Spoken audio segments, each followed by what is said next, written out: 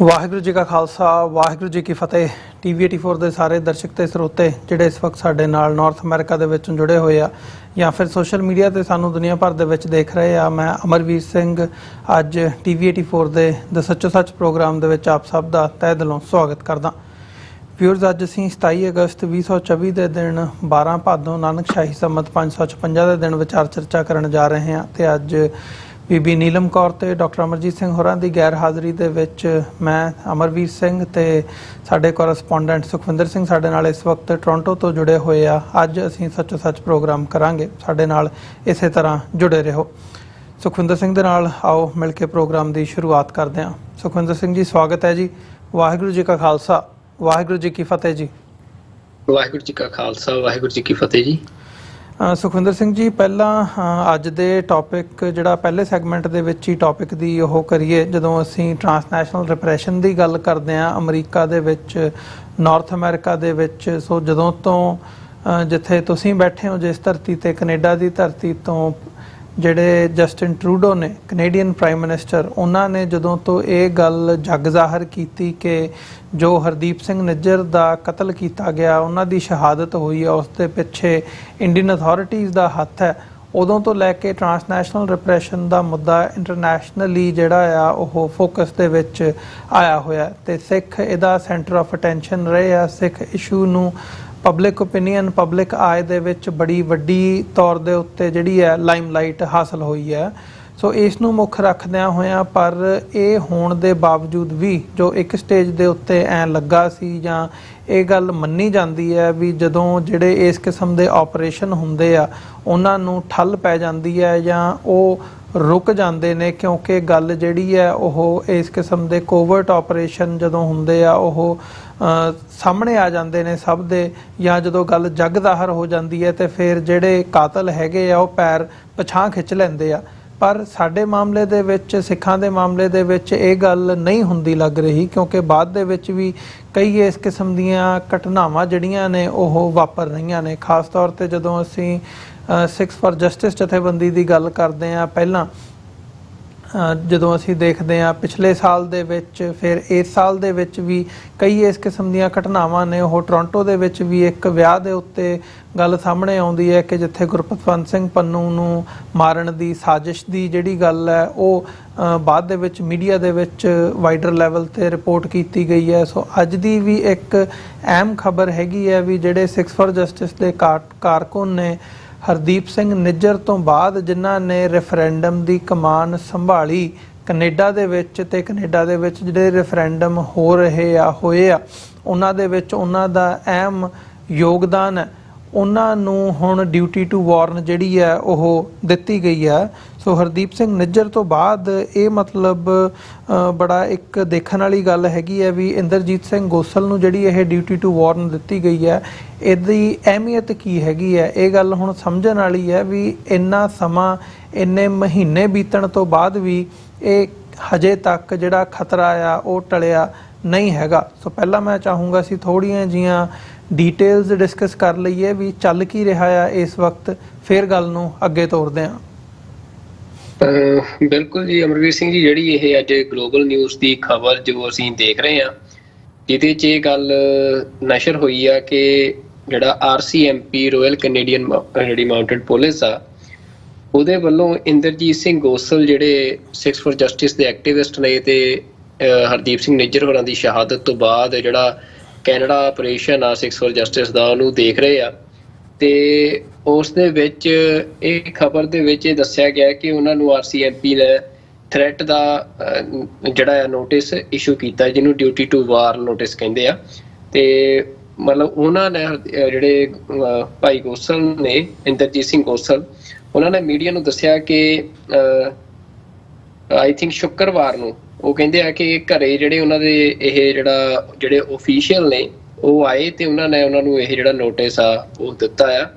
ਕਿ ਤੁਹਾਡੀ ਜਾਨ ਨੂੰ ਖਤਰਾ ਆ। ਤੇ ਇਹ ਜਿਹੜਾ ਨੋਟਿਸ ਆ ਉਹ ਕਹਿੰਦੇ ਕਿ ਮੈਂ ਖੁਦ ਹੈਰਾਨ ਸੀ ਕਿ ਜਿਹੜਾ ਇਹ ਨੋਟਿਸ ਦਿੱਤਾ, ਤੇ ਉਹਨਾਂ ਦੀ ਸਟੇਟਮੈਂਟ ਵੀ ਬਕਾਇਦਾ ਲੱਗੀ ਹੈ ਸਾਰੀ ਨਿਊਜ਼ ਦੇ ਵਿੱਚ। ਪਰ ਸਮਝਣ ਦੀ ਗੱਲ ਅਮਰਵੀਰ ਸਿੰਘ ਜੀ ਇਹ ਆ ਕਿ ਕੁਛ ਦਿਨ ਪਹਿਲਾਂ ਜਿਹੜਾ ਕੈਲੀਫੋਰਨੀਆ ਦੇ ਵਿੱਚ ਇੱਕ ਘਟਨਾ ਵਾਪਰੀ ਆ, ਜਿਹੜੀ ਕਿ ਸਾਰੇ ਮੀਡੀਆ ਨੇ ਕਵਰ ਕੀਤੀ ਕਿ 11 ਅਗਸਤ ਨੂੰ ਜਿਵੇਂ ਸਤਿੰਦਰਪਾਲ ਸਿੰਘ ਰਾਜੂ ਜਿਹੜੇ ਸਿਕਸ ਫॉर ਜਸਟਿਸ ਦੇ ਐਕਟਿਵਿਸਟ ਨੇ USA ਦੇ, ਉਹਨਾਂ ਦੇ ਉੱਤੇ ਜਿਹੜਾ ਅਟੈਕ ਹੋਇਆ, 5 ਗੋਲੀਆਂ ਜਿਹੜੀਆਂ ਨੇ ਉਹਨਾਂ ਦੇ ਵਹੀਕਲ ਦੇ ਉੱਤੇ ਚੱਲੀਆਂ ਨੇ, ਤੇ ਉਸ ਤੋਂ ਬਾਅਦ ਜਿਹੜਾ ਇਹ ਡਿਊਟੀ ਟੂ ਵਾਰਨ। ਤੇ ਇਸ ਤੋਂ ਇਲਾਵਾ ਵੀ ਜਦੋਂ ਭਾਈ ਹਰਦੀਪ ਸਿੰਘ ਨਿੱਜਰ ਦੀ ਸ਼ਹਾਦਤ ਹੋਈ ਆ, ਉਹਨਾਂ ਤੇ ਅਟੈਕ ਹੋਇਆ, ਤੇ ਉਸ ਤੋਂ ਬਾਅਦ ਵੀ ਜਿਹੜੇ ਖਾਸ ਤੌਰ ਤੇ BC ਦੇ ਵਿੱਚ ਕੁਝ ਜਿਹੜੇ ਸਿੱਖ ਐਕਟਿਵਿਸਟ ਨੇ, ਉਹਨਾਂ ਨੂੰ ਇਸ ਤਰੀਕੇ ਦੀਆਂ ਜਿਹੜੀਆਂ ਵਾਰਨਿੰਗਸ ਨੇ ਉਹ ਕੈਨੇਡੀਅਨ ਇੰਟੈਲੀਜੈਂਸ ਏਜੰਸੀਜ਼ ਦੇ ਵੱਲੋਂ ਦਿੱਤੀਆਂ ਗਈਆਂ ਕਿ ਤੁਸੀਂ ਵੀ ਜਿਹੜਾ ਅੰਡਰ ਦਾ ਥ੍ਰੈਟ ਹੋ ਤੇ ਆਪਣੀ ਜਿਹੜੀ ਸੇਫਟੀ ਆ ਉਹਦਾ ਤੁਸੀਂ ਧਿਆਨ ਰੱਖੋ। ਤਾਂ ਇਸ ਗੱਲ ਤੋਂ ਅਮਰਵੀਰ ਸਿੰਘ ਜੀ ਇਹ ਸਪਸ਼ਟ ਆ ਕਿ ਵੱਡੀ ਗਿਣਤੀ ਦੇ ਵਿੱਚ ਜਿਹੜੇ ਸਿੱਖ ਐਕਟਿਵਿਸਟ ਨੇ USA ਤੇ ਕੈਨੇਡਾ ਦੇ ਵਿੱਚ ਉਹ ਅੰਡਰ ਥ੍ਰੈਟ ਨੇ। ਇਹ ਇਸੇ ਕਰਕੇ ਜਿਹੜੀ ਇਨਪੁਟ ਆ ਕੈਨੇਡੀਅਨ ਤੇ ਜਿਹੜੀਆਂ US ਦੀਆਂ ਇੰਟੈਲੀਜੈਂਸ ਏਜੰਸੀਜ਼ ਨੇ ਉਹਨਾਂ ਦੇ ਕੋਲ ਕਾਫੀ ਸਟਰੋਂਗ ਇਨਪੁਟ ਆ, ਜਿਹਦੇ ਚੱਲਦੇ ਹੀ ਪਿਛਲੇ ਸਮੇਂ 'ਚ FBI ਵੱਲੋਂ ਵੀ ਇੱਕ ਪੂਰੀ ਕੈਂਪੇਨ ਜਿਹੜੀ ਆ ਉਹ ਲਾਂਚ ਕੀਤੀ ਗਈ ਸੀ ਕਿ ਜੇ ਕੋਈ ਵੀ ਸਿੱਖ ਜਿਹੜਾ ਆ ਉਹਨੂੰ ਕੋਈ ਖਤਰਾ ਲੱਗਦਾ ਆ ਤਾਂ ਉਹ ਸਿੱਧਾ FBI ਨੂੰ ਡਾਇਰੈਕਟਲੀ ਜਿਹੜਾ ਆ ਕਮਿਊਨੀਕੇਟ ਕਰੇ। ਤੇ ਇਸ ਸਾਰੇ ਮਾਮਲੇ ਦੇ ਵਿੱਚ ਜਿਹੜਾ ਹੁਣ ਸਵਾਲ ਖੜਾ ਹੋ ਰਿਹਾ ਕਿ ਕੈਨੇਡੀਅਨ ਪ੍ਰਾਈਮ ਮਿਨਿਸਟਰ ਦੇ ਪਬਲਿਕਲੀ ਬਿਆਨ ਦੇਣ ਤੋਂ ਬਾਅਦ ਕਿ ਇੰਡੀਅਨ ਗਵਰਨਮੈਂਟ ਦਾ ਡਾਇਰੈਕਟ ਹੱਥ ਆ ਹਰਦੀਪ ਸਿੰਘ ਨਿੱਜਰ ਦੀ ਸ਼ਹਾਦਤ ਦੇ ਵਿੱਚ, ਤੇ ਇਸ ਤੋਂ ਇਲਾਵਾ ਜਿਹੜਾ ਇੱਕ ਇੰਡੀਅਨ ਜਿਹੜਾ ਏਜੰਟ ਆ ਉਹਨੂੰ ਜਿਵੇਂ ਅਰੈਸਟ ਕੀਤਾ US ਦੀਆਂ ਅਥਾਰਟੀਜ਼ ਨੇ, ਤੇ ਉਹ ਫਿਰ US ਨੂੰ ਲੈ ਕੇ ਆਏ ਆ ਜਿੱਥੇ ਹੁਣ ਟ੍ਰਾਇਲ ਚੱਲ ਰਿਹਾ ਆ। ਤੇ ਉਸ ਸਾਰੇ ਮਾਮਲੇ ਦੇ ਵਿੱਚ ਵੀ ਉਹ ਇਹ ਗੱਲਾਂ ਸਾਹਮਣੇ ਆਈਆਂ ਕਿ ਕਿਵੇਂ ਜਿਹੜੇ ਇੰਡੀਅਨ ਅਫੀਸ਼ੀਅਲਸ ਨੇ ਉਸ ਏਜੰਟ ਨੂੰ ਚਲਾ ਰਹੇ ਸੀ। ਤੇ ਮਤਲਬ ਤੁਹਾਨੂੰ ਯਾਦ ਹੋਣਾ ਬਲਵੀਰ ਸਿੰਘ ਜੀ, ਜਿਹੜਾ ਇਹ ਸਾਰਾ ਕੁਝ ਵਾਪਰਿਆ ਆ ਤਾਂ ਜਿਹੜਾ ਮੋਡਸ ਆਪਰੈਂਡੀ ਆ ਇਸ ਸਾਰੇ ਐਕਸ਼ਨ ਦਾ ਜਿਹੜਾ ਇੰਡੀਅਨ ਗਵਰਨਮੈਂਟ ਨੇ ਜੇ ਕੀਤਾ ਆ, ਜਿਵੇਂ US ਤੇ ਕੈਨੇਡੀਅਨ ਅਥਾਰਟੀਜ਼ ਕਹਿ ਰਹੀਆਂ ਨੇ, ਤੇ ਉਹਦੇ ਵਿੱਚ ਇਹ ਸਾਹਮਣੇ ਆਇਆ ਕਿ ਜਿਹੜਾ ਇੰਡੀਅਨ ਜਿਹੜੀਆਂ ਇੰਟੈਲੀਜੈਂਸ ਏਜੰਸੀਜ਼ ਨੇ ਉਹਨਾਂ ਨੇ ਕੋਲੈਬੋਰੇਟ ਕੀਤਾ ਆ ਜਿਹੜੇ ਇੰਟਰਨੈਸ਼ਨਲ ਕ੍ਰਿਮੀਨਲਸ ਨੇ ਉਹਨਾਂ ਦੇ ਨਾਲ। ਇਹ ਇੰਡੀਅਨ ਏਜੰਸੀ ਨੇ ਹਾਇਰ ਕੀਤੇ ਇੰਟਰਨੈਸ਼ਨਲ ਕ੍ਰਿਮੀਨਲਸ ਇਹਨਾਂ ਅਸੈਸੀਨੇਸ਼ਨਸ ਨੂੰ ਕਰਨ ਦੇ ਲਈ, ਕਿਉਂਕਿ ਇਹੀ ਸੇਮ ਜਿਹੜਾ ਮੋਡਸ ਆਪਰੈਂਡੀ ਆ ਪੈਸੇ ਦੇ ਕੇ ਇਸ ਤਰੀਕੇ ਦੇ ਨਾਲ ਆਪਣੇ ਜਿਹੜੇ ਪੋਲੀਟੀਕਲ ਓਪੋਨੈਂਟਸ ਨੇ ਉਹਨਾਂ ਦਾ ਕਤਲ ਕਰਾਉਣਾ, ਉਹ ਅਸੀਂ ਪਾਕਿਸਤਾਨ ਦੇ ਵਿੱਚ ਵੀ ਦੇਖਿਆ। ਜੋ ਪਾਕਿਸਤਾਨ ਦੀਆਂ ਦੇ ਅਫੀਸ਼ੀਅਲਸ ਨੇ ਪਿਛਲੇ ਸਮੇਂ ਦੇ ਵਿੱਚ ਇਹ ਮਤਲਬ ਸਾਹਮਣੇ ਗੱਲ ਲਿਆਂਦੀ ਸੀ ਕਿ ਕਿਵੇਂ ਪਾਕਿਸਤਾਨ ਦੇ ਵਿੱਚ ਜਿਹੜੇ ਸਿੱਖ ਐਕਟਿਵਿਸਟ ਨੇ ਤੇ ਪਾਕਿਸਤਾਨ ਦੇ ਵਿੱਚ ਕੁਝ ਜਿਹੜੇ ਕਸ਼ਮੀਰੀ ਐਕਟਿਵਿਸਟ ਨੇ ਕਿਵੇਂ ਉਹਨਾਂ ਨੂੰ ਟਾਰਗੇਟ ਕੀਤਾ ਗਿਆ, ਬੰਦੇ ਕਿਵੇਂ ਦੁਬਈ ਤੋਂ ਪੈਸੇ ਦੇ ਕੇ ਉਹ ਹਾਇਰ ਕੀਤੇ ਗਏ। ਜਿਹੜਾ ਇਹ ਸਾਰਾ ਮੋਡਸ ਆਪਰੈਂਡੀ ਆ ਉਹ ਸੇਮ ਆ। ਤਾਂ ਇਸ ਮਾਮਲੇ 'ਚ ਜਦੋਂ ਇਹ ਸਵਾਲ ਖੜਾ ਹੁੰਦਾ ਹੈ ਕਿ US ਦੀ ਵੱਲੋਂ ਇੰਨੀ ਵੱਡੀ ਕਾਰਵਾਈ ਤੋਂ ਬਾਅਦ ਤੇ ਕੈਨੇਡਾ ਦੇ ਵੱਲੋਂ ਇੰਨੀ ਵੱਡੀ ਕਾਰਵਾਈ ਤੋਂ ਬਾਅਦ ਵੀ ਇੰਡੀਅਨ ਗਵਰਨਮੈਂਟ ਜਿਹੜੀ ਆ ਉਹ ਕਿਉਂ ਮਤਲਬ ਇਹਨਾਂ ਹਰਕਤਾਂ ਤੋਂ ਬਾਜ਼ ਨਹੀਂ ਆ ਰਹੀ, ਤਾਂ ਉਹਦੇ 'ਚ ਇਹ ਸਮਝਣ ਵਾਲੀ ਗੱਲ ਆ ਜਾਂ ਇੱਥੇ ਜੋ ਇਹਨਾਂ ਸਰਕਲਸ ਦੇ ਵਿੱਚ ਗੱਲ ਚੱਲਦੀ ਆ ਕਿ ਆਲਰੇਡੀ ਜਿਹੜੇ ਇੰਡੀਅਨ ਅਫੀਸ਼ੀਅਲਸ ਨੇ ਉਹਨਾਂ ਨੇ ਬਲੈਕ ਮਾਰਕੀਟ ਦੇ ਰਾਹੀਂ ਜਿਹੜਾ ਇੰਟਰਨੈਸ਼ਨਲ ਕ੍ਰਿਮੀਨਲਸ ਨੇ ਉਹਨਾਂ ਨੂੰ ਜਿਹੜੇ ਪੈਸੇ ਆ ਉਹ ਤੁਸੀਂ ਕਹਿ ਸਕਦੇ ਹੋ ਕਿ ਪ੍ਰੋਮਿਸ ਕਰ ਦਿੱਤੇ ਹੋਏ ਆ, ਤੇ ਜਿਹੜੀ ਜਿਵੇਂ ਸੁਪਾਰੀ ਦੇਣ ਦੀ ਗੱਲ ਹੁੰਦੀ ਆ ਉਹ ਸੁਪਾਰੀਆਂ ਜਿਹੜੀਆਂ ਨੇ ਉਹ ਚੱਕੀਆਂ ਗਈਆਂ ਨੇ।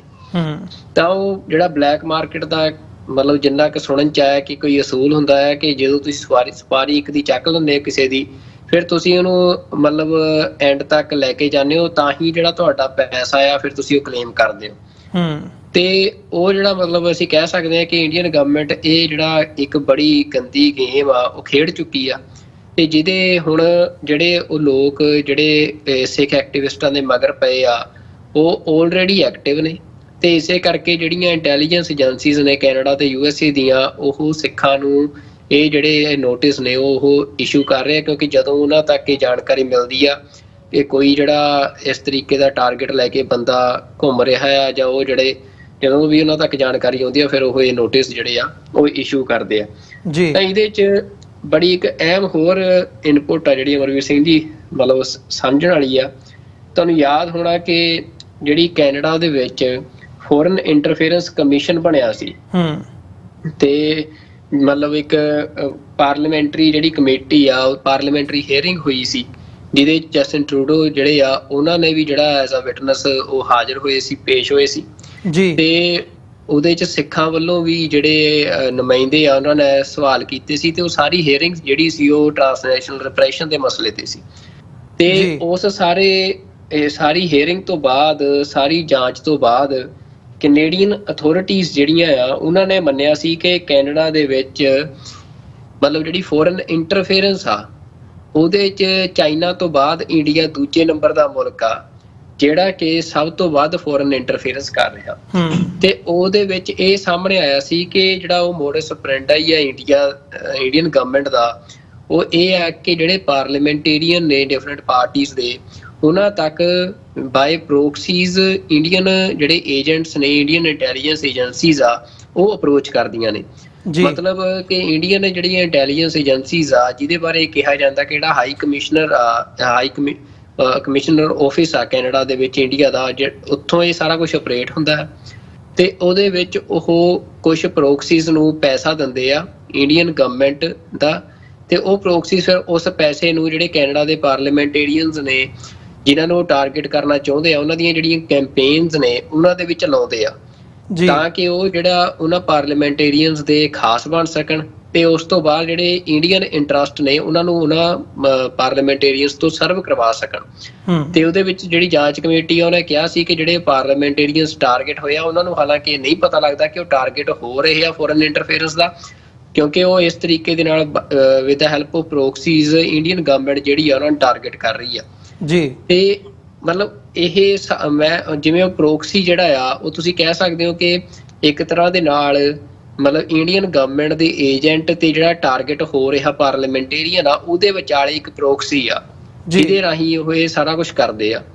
ਜੇ ਆਪਾਂ ਪੋਲੀਟੀਕਲ ਫਰੇਮਵਰਕ ਦੇ ਵਿੱਚ ਗੱਲ ਕਰਨੀ ਹੋਵੇ। ਤੇ ਜਦੋਂ ਪੋਲੀਟੀਕਲ ਅਸੈਸੀਨੇਸ਼ਨਸ ਦੀ ਗੱਲ ਆ ਤਾਂ ਉੱਥੇ ਵੀ ਇਹ ਸੇਮ ਇਸੇ ਤਰ੍ਹਾਂ ਦਾ ਜਿਹੜਾ ਪੈਟਰਨ ਆ ਇੰਡੀਆ ਨੇ ਅਡੋਪਟ ਕੀਤਾ ਆ, ਜਿਹਦੀਆਂ ਪਰਤਾਂ ਅਸੀਂ ਜਿਹੜਾ US ਦਾ ਸਾਰਾ ਕੇਸ ਆ ਗੁਰਪਤਵੰਤ ਸਿੰਘ ਪੰਨੂ ਦਾ ਉਹਦੇ 'ਚ ਖੁੱਲੀਆਂ ਦੇਖੀਆਂ ਨੇ ਕਿ ਕਿਵੇਂ ਜਿਹੜਾ ਉਹ ਇੱਕ ਕ੍ਰਿਮੀਨਲ ਬੰਦਾ ਸੀ ਜਿਹਨੂੰ ਅਰੈਸਟ ਕੀਤਾ ਗਿਆ ਹੁਣ, ਕਿ ਕਿਵੇਂ ਉਹਨੂੰ ਇੰਡੀਅਨ ਜਿਹੜੇ ਏਜੰਟਸ ਨੇ ਉਹ ਯੂਜ਼ ਕਰ ਰਹੇ ਸੀ, ਫਿਰ ਅੱਗੇ ਉਹ ਐਜ਼ ਅ ਪ੍ਰੋਕਸੀ ਕੰਮ ਕਰ ਰਿਹਾ ਸੀ ਜਿਹਨੂੰ ਹੁਣ ਅਰੈਸਟ ਕੀਤਾ ਆ, ਮੈਨੂੰ ਉਹਦਾ ਨਾਮ ਭੁੱਲ ਗਿਆ ਜੀ, ਨਿਖਿਲ ਗੁਪਤਾ, ਨਾਂ ਯਾਦ ਕਰਾ ਦਿਓ। ਨਿਖਿਲ ਗੁਪਤਾ, ਹਾਂ ਨਿਖਿਲ ਗੁਪਤਾ, ਉਹ ਇੱਕ ਪ੍ਰੋਕਸੀ ਸੀ ਤੇ ਉਹ ਪ੍ਰੋਕਸੀ ਜਿਹੜਾ ਆ ਅੱਗੇ ਉਹ ਬੰਦਿਆਂ ਨੂੰ ਹਾਇਰ ਕਰ ਰਿਹਾ ਸੀ ਵੀ ਉਹ ਡਿਫਰੈਂਟ ਤਰੀਕੇ ਯੂਜ਼ ਕਰ ਰਿਹਾ ਸੀ, ਪਰ ਜਿਹੜਾ ਉਹ ਪੈਸਾ ਯੂਜ਼ ਕਰ ਰਿਹਾ ਸੀ ਉਹ ਇੰਡੀਅਨ ਗਵਰਨਮੈਂਟ ਦਾ ਯੂਜ਼ ਕਰ ਰਿਹਾ ਸੀ, ਜੋ ਕਿ US ਗਵਰਨਮੈਂਟ ਜਿਹੜੀ ਆ ਉਹ ਮਤਲਬ ਸਾਰੇ ਟ੍ਰਾਇਲ ਦੇ ਵਿੱਚ ਇਹ ਗੱਲ ਸਾਹਮਣੇ ਆ ਚੁੱਕੀ ਆ। ਤਾਂ ਇਸੇ ਕਰਕੇ ਜਿਹੜੇ ਅਸੀਂ ਦੇਖ ਰਹੇ ਹਾਂ ਵੀ ਮਤਲਬ ਅਮਰਵੀਰ ਸਿੰਘ ਜੀ ਇਹ ਗੱਲ ਬੜੀ ਧਿਆਨ ਦੇਣ ਵਾਲੀ ਆ ਕਿ ਫਿਰ ਜਿਹੜਾ ਇਹ ਸਾਰਾ ਪੈਟਰਨ ਅਪਣਾਇਆ ਗਿਆ ਜਿਹਦੇ ਵਿੱਚ ਕਈ ਜਿਹੜੇ ਸਿੱਖ ਲੀਡਰ ਨੇ ਉਹਨਾਂ ਦੀਆਂ ਅਸੈਸੀਨੇਸ਼ਨਸ ਹੋ ਚੁੱਕੀਆਂ ਨੇ, ਹਰਦੀਪ ਸਿੰਘ ਨਿੱਜਰ ਤੋਂ ਲੈ ਕੇ ਪਰਮਜੀਤ ਸਿੰਘ ਪੰਜਵੜ ਹੋਰਾਂ ਤੱਕ, ਤੇ ਉਸ ਤੋਂ ਇਲਾਵਾ ਵੀ ਵੱਡੇ ਪੱਧਰ ਦੇ ਉੱਤੇ ਜਿਹੜੇ ਸਿੱਖ ਐਕਟਿਵਿਸਟ ਨੇ ਉਹਨਾਂ ਦੀਆਂ ਅਸੈਸੀਨੇਸ਼ਨਸ ਦੇ ਜਿਹੜੇ ਕੰਟਰੈਕਟ ਨੇ ਉਹ ਦਿੱਤੇ ਜਾ ਚੁੱਕੇ ਆ, ਤੇ ਜਿਹੜੇ ਕਿ ਉਹ ਅਸੀਂ ਕਹਿ ਸਕਦੇ ਹਾਂ ਕਿ ਜਿਹੜੇ ਕੰਟਰੈਕਟਸ ਨੇ ਉਹ ਐਕਟਿਵ ਆ ਜੇ ਅਸੀਂ ਇਹਨਾਂ ਇੰਟੈਲੀਜੈਂਸ ਇਨਪੁਟਸ ਨੂੰ ਮੰਨੀਏ ਜੋ ਕੈਨੇਡਾ ਦੀਆਂ ਜਾਂ US ਤੋਂ ਸਾਡੇ ਸਾਹਮਣੇ ਆ ਰਹੀਆਂ ਨੇ, ਤੇ ਆ ਲੇਟੈਸਟ ਵੀ ਜਿਹੜੀ ਆਈ ਆ ਜਾਂ ਫਿਰ ਜੋ US ਦੇ ਵਿੱਚ ਅਟੈਕ ਹੋਇਆ ਸਿੱਖ ਐਕਟਿਵਿਸਟ ਦੇ ਉੱਤੇ। ਤਾਂ ਹੁਣ ਇਹਦੇ ਵਿੱਚ ਅਮਰਵੀਰ ਸਿੰਘ ਜੀ ਇਹ ਗੱਲ ਸਿੱਖ ਜਿਹੜੇ ਆ ਕੈਨੇਡਾ ਦੇ ਵਿੱਚ ਵੀ ਵਾਰ-ਵਾਰ ਕਹਿ ਰਹੇ ਆ, USA ਦੇ ਵਿੱਚ ਵੀ ਵਾਰ-ਵਾਰ ਕਹਿ ਰਹੇ ਆ ਕਿ ਜਿੰਨੇ ਵੱਡੇ ਪੱਧਰ ਤੇ ਕਾਰਵਾਈ ਹੋਣੀ ਚਾਹੀਦੀ ਸੀ ਇੰਡੀਆ ਦੇ ਇਸ ਅਟੈਂਪਟ ਦੇ ਲਈ, ਜਿਹੜੀ ਇਹ ਟ੍ਰਾਂਸਨੈਸ਼ਨਲ ਰਿਪਰੈਸ਼ਨ ਕੀਤਾ ਜਿਹਦੇ ਵਿੱਚ ਤੁਸੀਂ ਸੋਵਰੇਨਿਟੀ ਤੇ ਅਟੈਕ ਕੀਤਾ ਆ ਵੈਸਟਰਨ ਕੰਟਰੀਜ਼ ਦੀ ਜੀ, ਤੇ ਉਸ ਮਾਮਲੇ ਦੇ ਵਿੱਚ ਉਨੀ ਸਖਤ ਕਾਰਵਾਈ ਭਾਵੇਂ ਉਹ ਕਿਸੇ ਸੈਂਕਸ਼ਨਸ ਦੇ ਰੂਪ ਦੇ ਵਿੱਚ ਹੋਵੇ, ਭਾਵੇਂ ਉਹ ਇੰਡੀਅਨ ਜਿਹੜੇ ਹਾਈ ਕਮਿਸ਼ਨ ਨੇ ਇਹਨਾਂ ਮੁਲਕਾਂ ਦੇ ਵਿੱਚ ਉਹਨਾਂ ਦੇ ਉੱਤੇ ਕਾਰਵਾਈ ਦੇ ਰੂਪ ਦੇ ਵਿੱਚ ਹੋਵੇ, ਉਹ ਹਜੇ ਤੱਕ ਨਜ਼ਰ ਨਹੀਂ ਆਇਆ। ਤੇ ਮਤਲਬ ਇਹ ਹੁਣ ਤੱਕ ਸਿੱਖਾਂ ਦੇ ਵਿੱਚ ਖਾਸ ਤੌਰ ਤੇ ਕੈਨੇਡਾ ਦੇ ਵਿੱਚ ਇਹ ਸਵਾਲ ਹੁਣ ਸਿੱਖਾਂ ਦੇ ਵਿੱਚ ਪੈਦਾ ਹੋ ਰਿਹਾ ਆ ਕੈਨੇਡੀਅਨ ਗਵਰਨਮੈਂਟ ਦੇ ਲਈ ਕਿ ਜੇ ਤੁਹਾਨੂੰ ਇੰਨੀ ਜ਼ਿਆਦਾ ਇਨਫੋਰਮੇਸ਼ਨ ਹੈਗੀ ਆ, ਜੇ ਤੁਹਾਡੇ ਕੋਲ ਇੰਨੀਆਂ ਜ਼ਿਆਦਾ ਇਨਪੁਟਸ ਹੈਗੀਆਂ ਨੇ, ਤੇ ਤੁਹਾਡੇ ਜਿਹੜੇ ਸਿਟੀਜ਼ਨਸ ਨੇ ਉਹਨਾਂ ਨੂੰ ਕੋਈ ਬਾਹਰਲਾ ਮੁਲਕ ਜਿਹੜਾ ਆ ਤੁਹਾਡੀ ਕੰਟਰੀ ਚ ਆ ਕੇ ਮਾਰ ਰਿਹਾ ਆ, ਦੈਨ ਫਿਰ ਤੁਸੀਂ ਕਿਉਂ ਉਸ ਮੁਲਕ ਦੇ ਉੱਤੇ ਕੋਈ ਸਖਤ ਕਾਰਵਾਈ ਉਵੇਂ ਦੀ ਨਹੀਂ ਕਰ ਰਹੇ।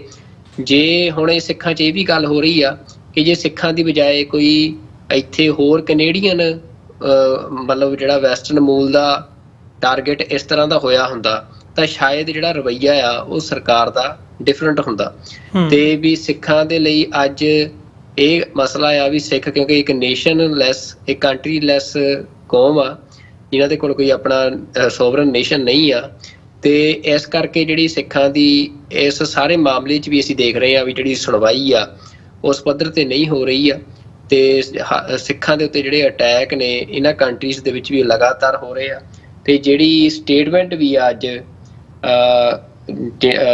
ਜਿਹੜੇ ਐਕਟਿਵਿਸਟ ਨੇ ਇੰਦਰਜੀਤ ਸਿੰਘ ਗੋਸਲ ਦੀ, ਮੈਂ ਜ਼ਰੂਰ ਪੜ੍ਹ ਕੇ ਸੁਣਾਉਣੀ ਚਾਹੁੰਦਾ। ਉਹਨਾਂ ਨੇ ਇਹ ਸਟੇਟਮੈਂਟ ਦਿੱਤੀ ਆ ਕਿ ਮੈਂ ਸਟੇਟਮੈਂਟ ਲੱਭ ਰਿਹਾ, ਮੈਨੂੰ ਪਰ ਲੱਭ ਨਹੀਂ ਰਹੀ, ਪਰ ਮੈਂ ਵੈਸੇ ਉਹਦੀ ਭਾਵਨਾ ਦੱਸ ਦਿੰਦਾ ਕਿ ਉਹ ਕਹਿੰਦੇ ਕਿ ਮੈਨੂੰ ਇਹ ਸੀ ਕਿ ਅਸੀਂ ਡੈਮੋਕ੍ਰੈਟਿਕ ਤਰੀਕੇ ਦੇ ਨਾਲ ਵੀ ਇਸ ਸੋਹਣੇ ਮੁਲਕ ਦੇ ਵਿੱਚ ਰਹਿ ਕੇ ਤੇ ਆਪਣੀ ਗੱਲ ਕਰ ਰਹੇ ਹਾਂ ਤੇ ਅਸੀਂ ਇੱਥੇ ਸੇਫ ਹਾਂ।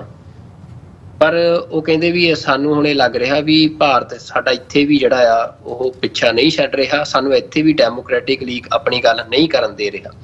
ਉਹਨਾਂ ਦੀ ਸਟੇਟਮੈਂਟ ਜੋ ਲੱਗੀ ਆ, ਉਹਨਾਂ ਨੇ ਕਿਹਾ ਕਿ I was thinking I was safe here in a beautiful country like Canada but clearly India is not letting up.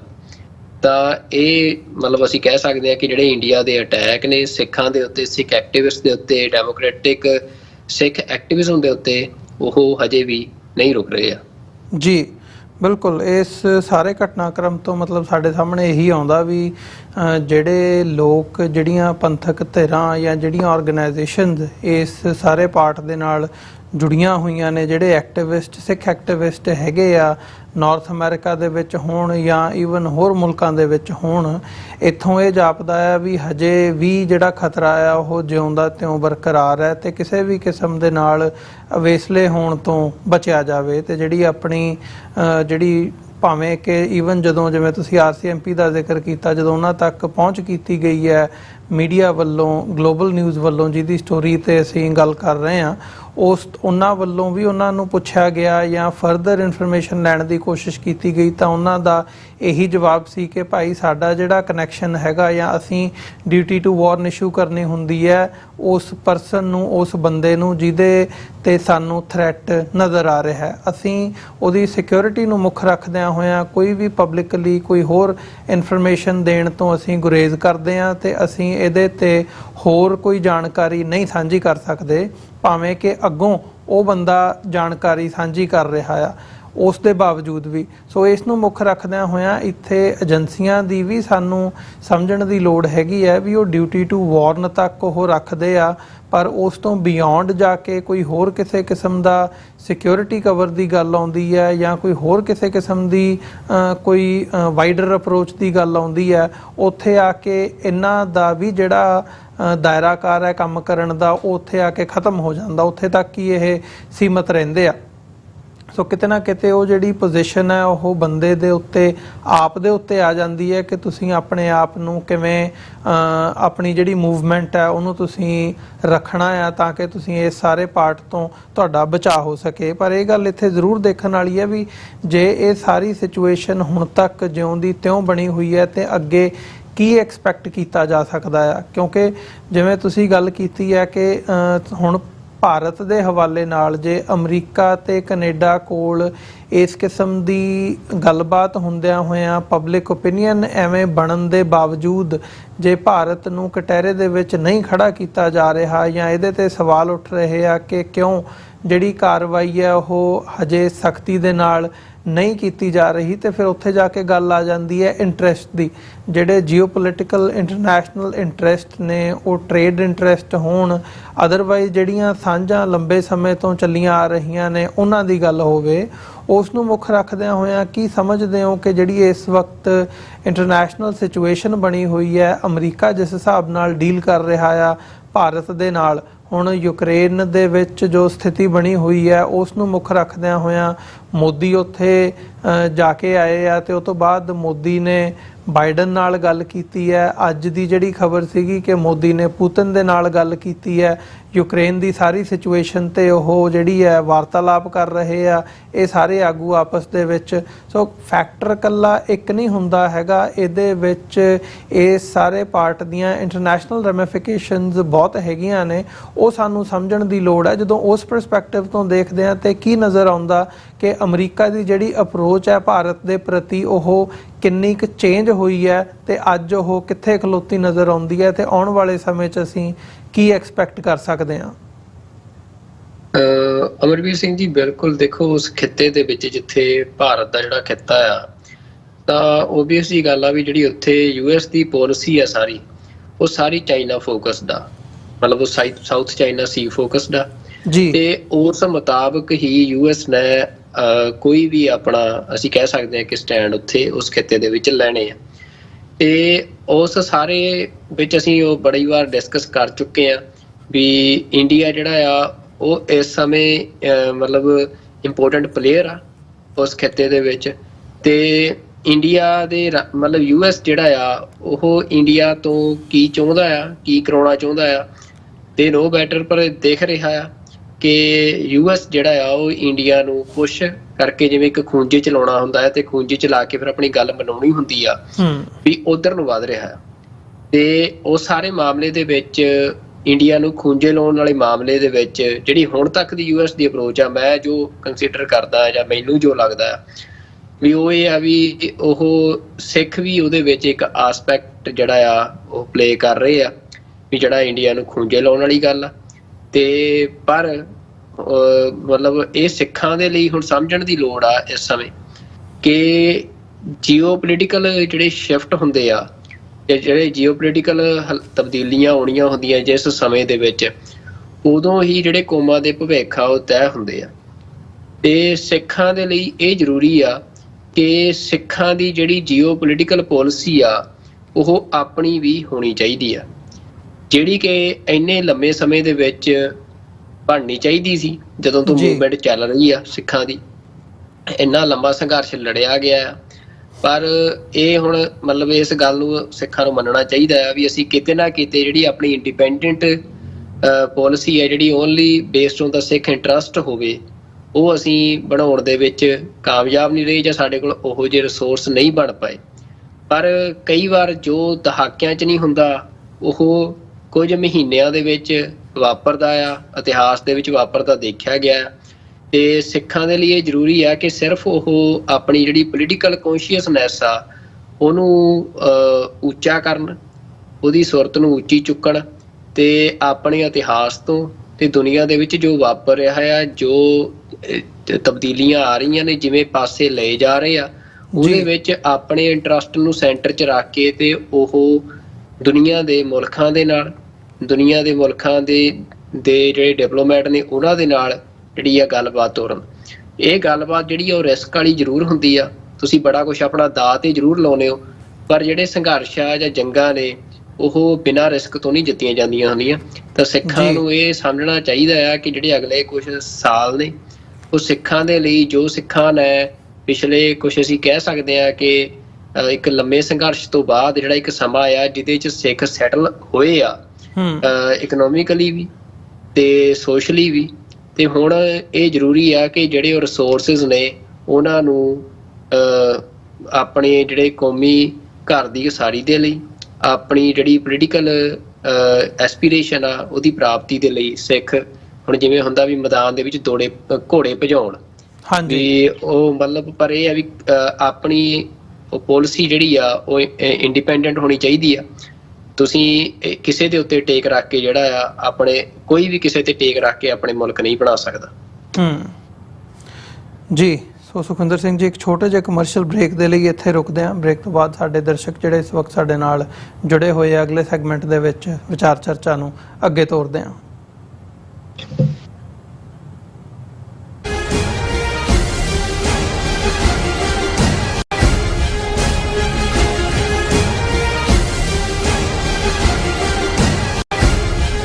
आज श्री गुरु ग्रंथ साहिब जी दे पहले प्रकाश दिहाड़े ਨੂੰ ਸਮਰਪਿਤ ਨਗਰ ਕੀਰਤਨ 6 ਸਤੰਬਰ 2024 ਦਿਨ ਸ਼ਨੀਵਾਰ ਨੂੰ ਗੁਰਦੁਆਰਾ ਸ਼੍ਰੀ ਗੁਰੂ ਹਰਗੋਬਿੰਦ ਸਾਹਿਬ ਜੀ ਗ੍ਰੀਨਵੁੱਡ ਇੰਡੀਆਨਾ ਵਿਖੇ ਕੱਢਿਆ ਜਾ ਰਿਹਾ ਹੈ। ਨਗਰ ਕੀਰਤਨ ਸਵੇਰੇ 11 ਵਜੇ ਗੁਰਦੁਆਰਾ ਸਾਹਿਬ ਤੋਂ ਆਰੰਭ ਹੋਵੇਗਾ। ਖਾਲਿਸਤਾਨ ਅਫੇਅਰ ਸੈਂਟਰ ਦੇ ਸੰਚਾਲਕ ਡਾਕਟਰ ਅਮਰਜੀਤ ਸਿੰਘ ਅਤੇ ਹਿੰਮਤ ਸਿੰਘ ਨਿਊਯਾਰਕ ਵਿਸ਼ੇਸ਼ ਤੌਰ ਤੇ ਸ਼ਮੂਲੀਅਤ ਕਰਨਗੇ। ਐਤਵਾਰ ਦੇ ਮੁੱਖ ਦੀਵਾਨ ਵਿੱਚ ਵੀ ਪੰਥਕ ਵਿਚਾਰਾਂ ਹੋਣਗੀਆਂ ਅਤੇ ਭਾਈ ਹਰਪਾਲ ਸਿੰਘ ਫਤਿਹਗੜ੍ਹ ਸਾਹਿਬ, ਭਾਈ ਪਰਮਪਾਲ ਸਿੰਘ ਤੇ ਭਾਈ ਦਵਿੰਦਰ ਸਿੰਘ ਸ਼ਾਂਤ ਹਾਜ਼ਰੀ ਲਵਾਉਣਗੇ। ਘੱਲੂਘਾਰਾ 1984 ਦੀ 40ਵੀਂ ਵਰ੍ਹੇਗੰਢ ਨੂੰ ਮੁੱਖ ਰੱਖਦਿਆਂ ਗੁਰੂ ਘਰ ਵਿਖੇ ਸ਼ਹੀਦ ਸਿੰਘਾਂ ਸਿੰਘਣੀਆਂ ਦੀ ਵਿਸ਼ੇਸ਼ ਪ੍ਰਦਰਸ਼ਨੀ ਲਾਈ ਜਾਵੇਗੀ। ਆਪ ਸਭ ਨੂੰ ਪਰਿਵਾਰਾਂ ਸਮੇਤ ਪਹੁੰਚਣ ਦੀ ਬੇਨਤੀ ਕੀਤੀ ਜਾਂਦੀ ਹੈ। ਵਧੇਰੇ ਜਾਣਕਾਰੀ ਲਈ ਆਪ ਹੇਠ ਦਿੱਤੇ ਨੰਬਰਾਂ ਤੇ ਸੰਪਰਕ ਕਰ ਸਕਦੇ ਹੋ।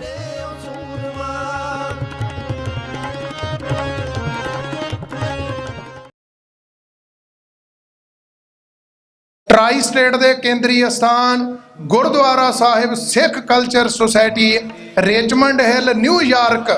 ਤੇ ਇਸ ਗੁਰਦੁਆਰਾ ਸਾਹਿਬ ਦੀ ਸਮੁੱਚੀ ਪ੍ਰਬੰਧਕ ਕਮੇਟੀ ਵੱਲੋਂ ਸਮੁੱਚੀਆਂ ਸੰਗਤਾਂ, ਪੰਥਕ ਜਥੇਬੰਦੀਆਂ ਅਤੇ ਸੇਵਾ ਸੁਸਾਇਟੀਆਂ ਦੇ ਸਹਿਯੋਗ ਨਾਲ ਹਰ ਸਾਲ ਦੀ ਤਰ੍ਹਾਂ ਸ੍ਰੀ ਗੁਰੂ ਗ੍ਰੰਥ ਸਾਹਿਬ ਮਹਾਰਾਜ ਸੱਚੇ ਪਾਤਸ਼ਾਹ ਜੀ ਦੇ ਪਹਿਲੇ ਪ੍ਰਕਾਸ਼ ਉਤਸਵ ਦੀਆਂ ਖੁਸ਼ੀਆਂ ਵਿੱਚ ਜੋ ਹਰ ਸਾਲ ਨਗਰ ਕੀਰਤਨ ਸਜਾਇਆ ਜਾਂਦਾ ਹੈ, ਇਸ ਸਾਲ ਗੁਰਦੁਆਰਾ ਸਿੱਖ ਕਲਚਰ ਸੁਸਾਇਟੀ ਤੋਂ 1 ਸਤੰਬਰ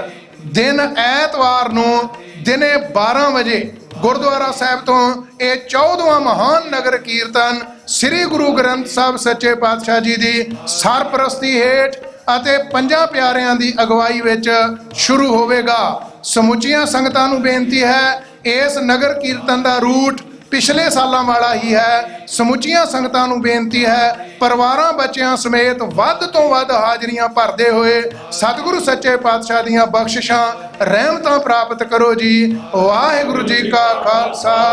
ਵਾਹਿਗੁਰੂ ਜੀ ਕੀ ਫਤਿਹ। ਸਤਿ ਸ੍ਰੀ ਅਕਾਲ।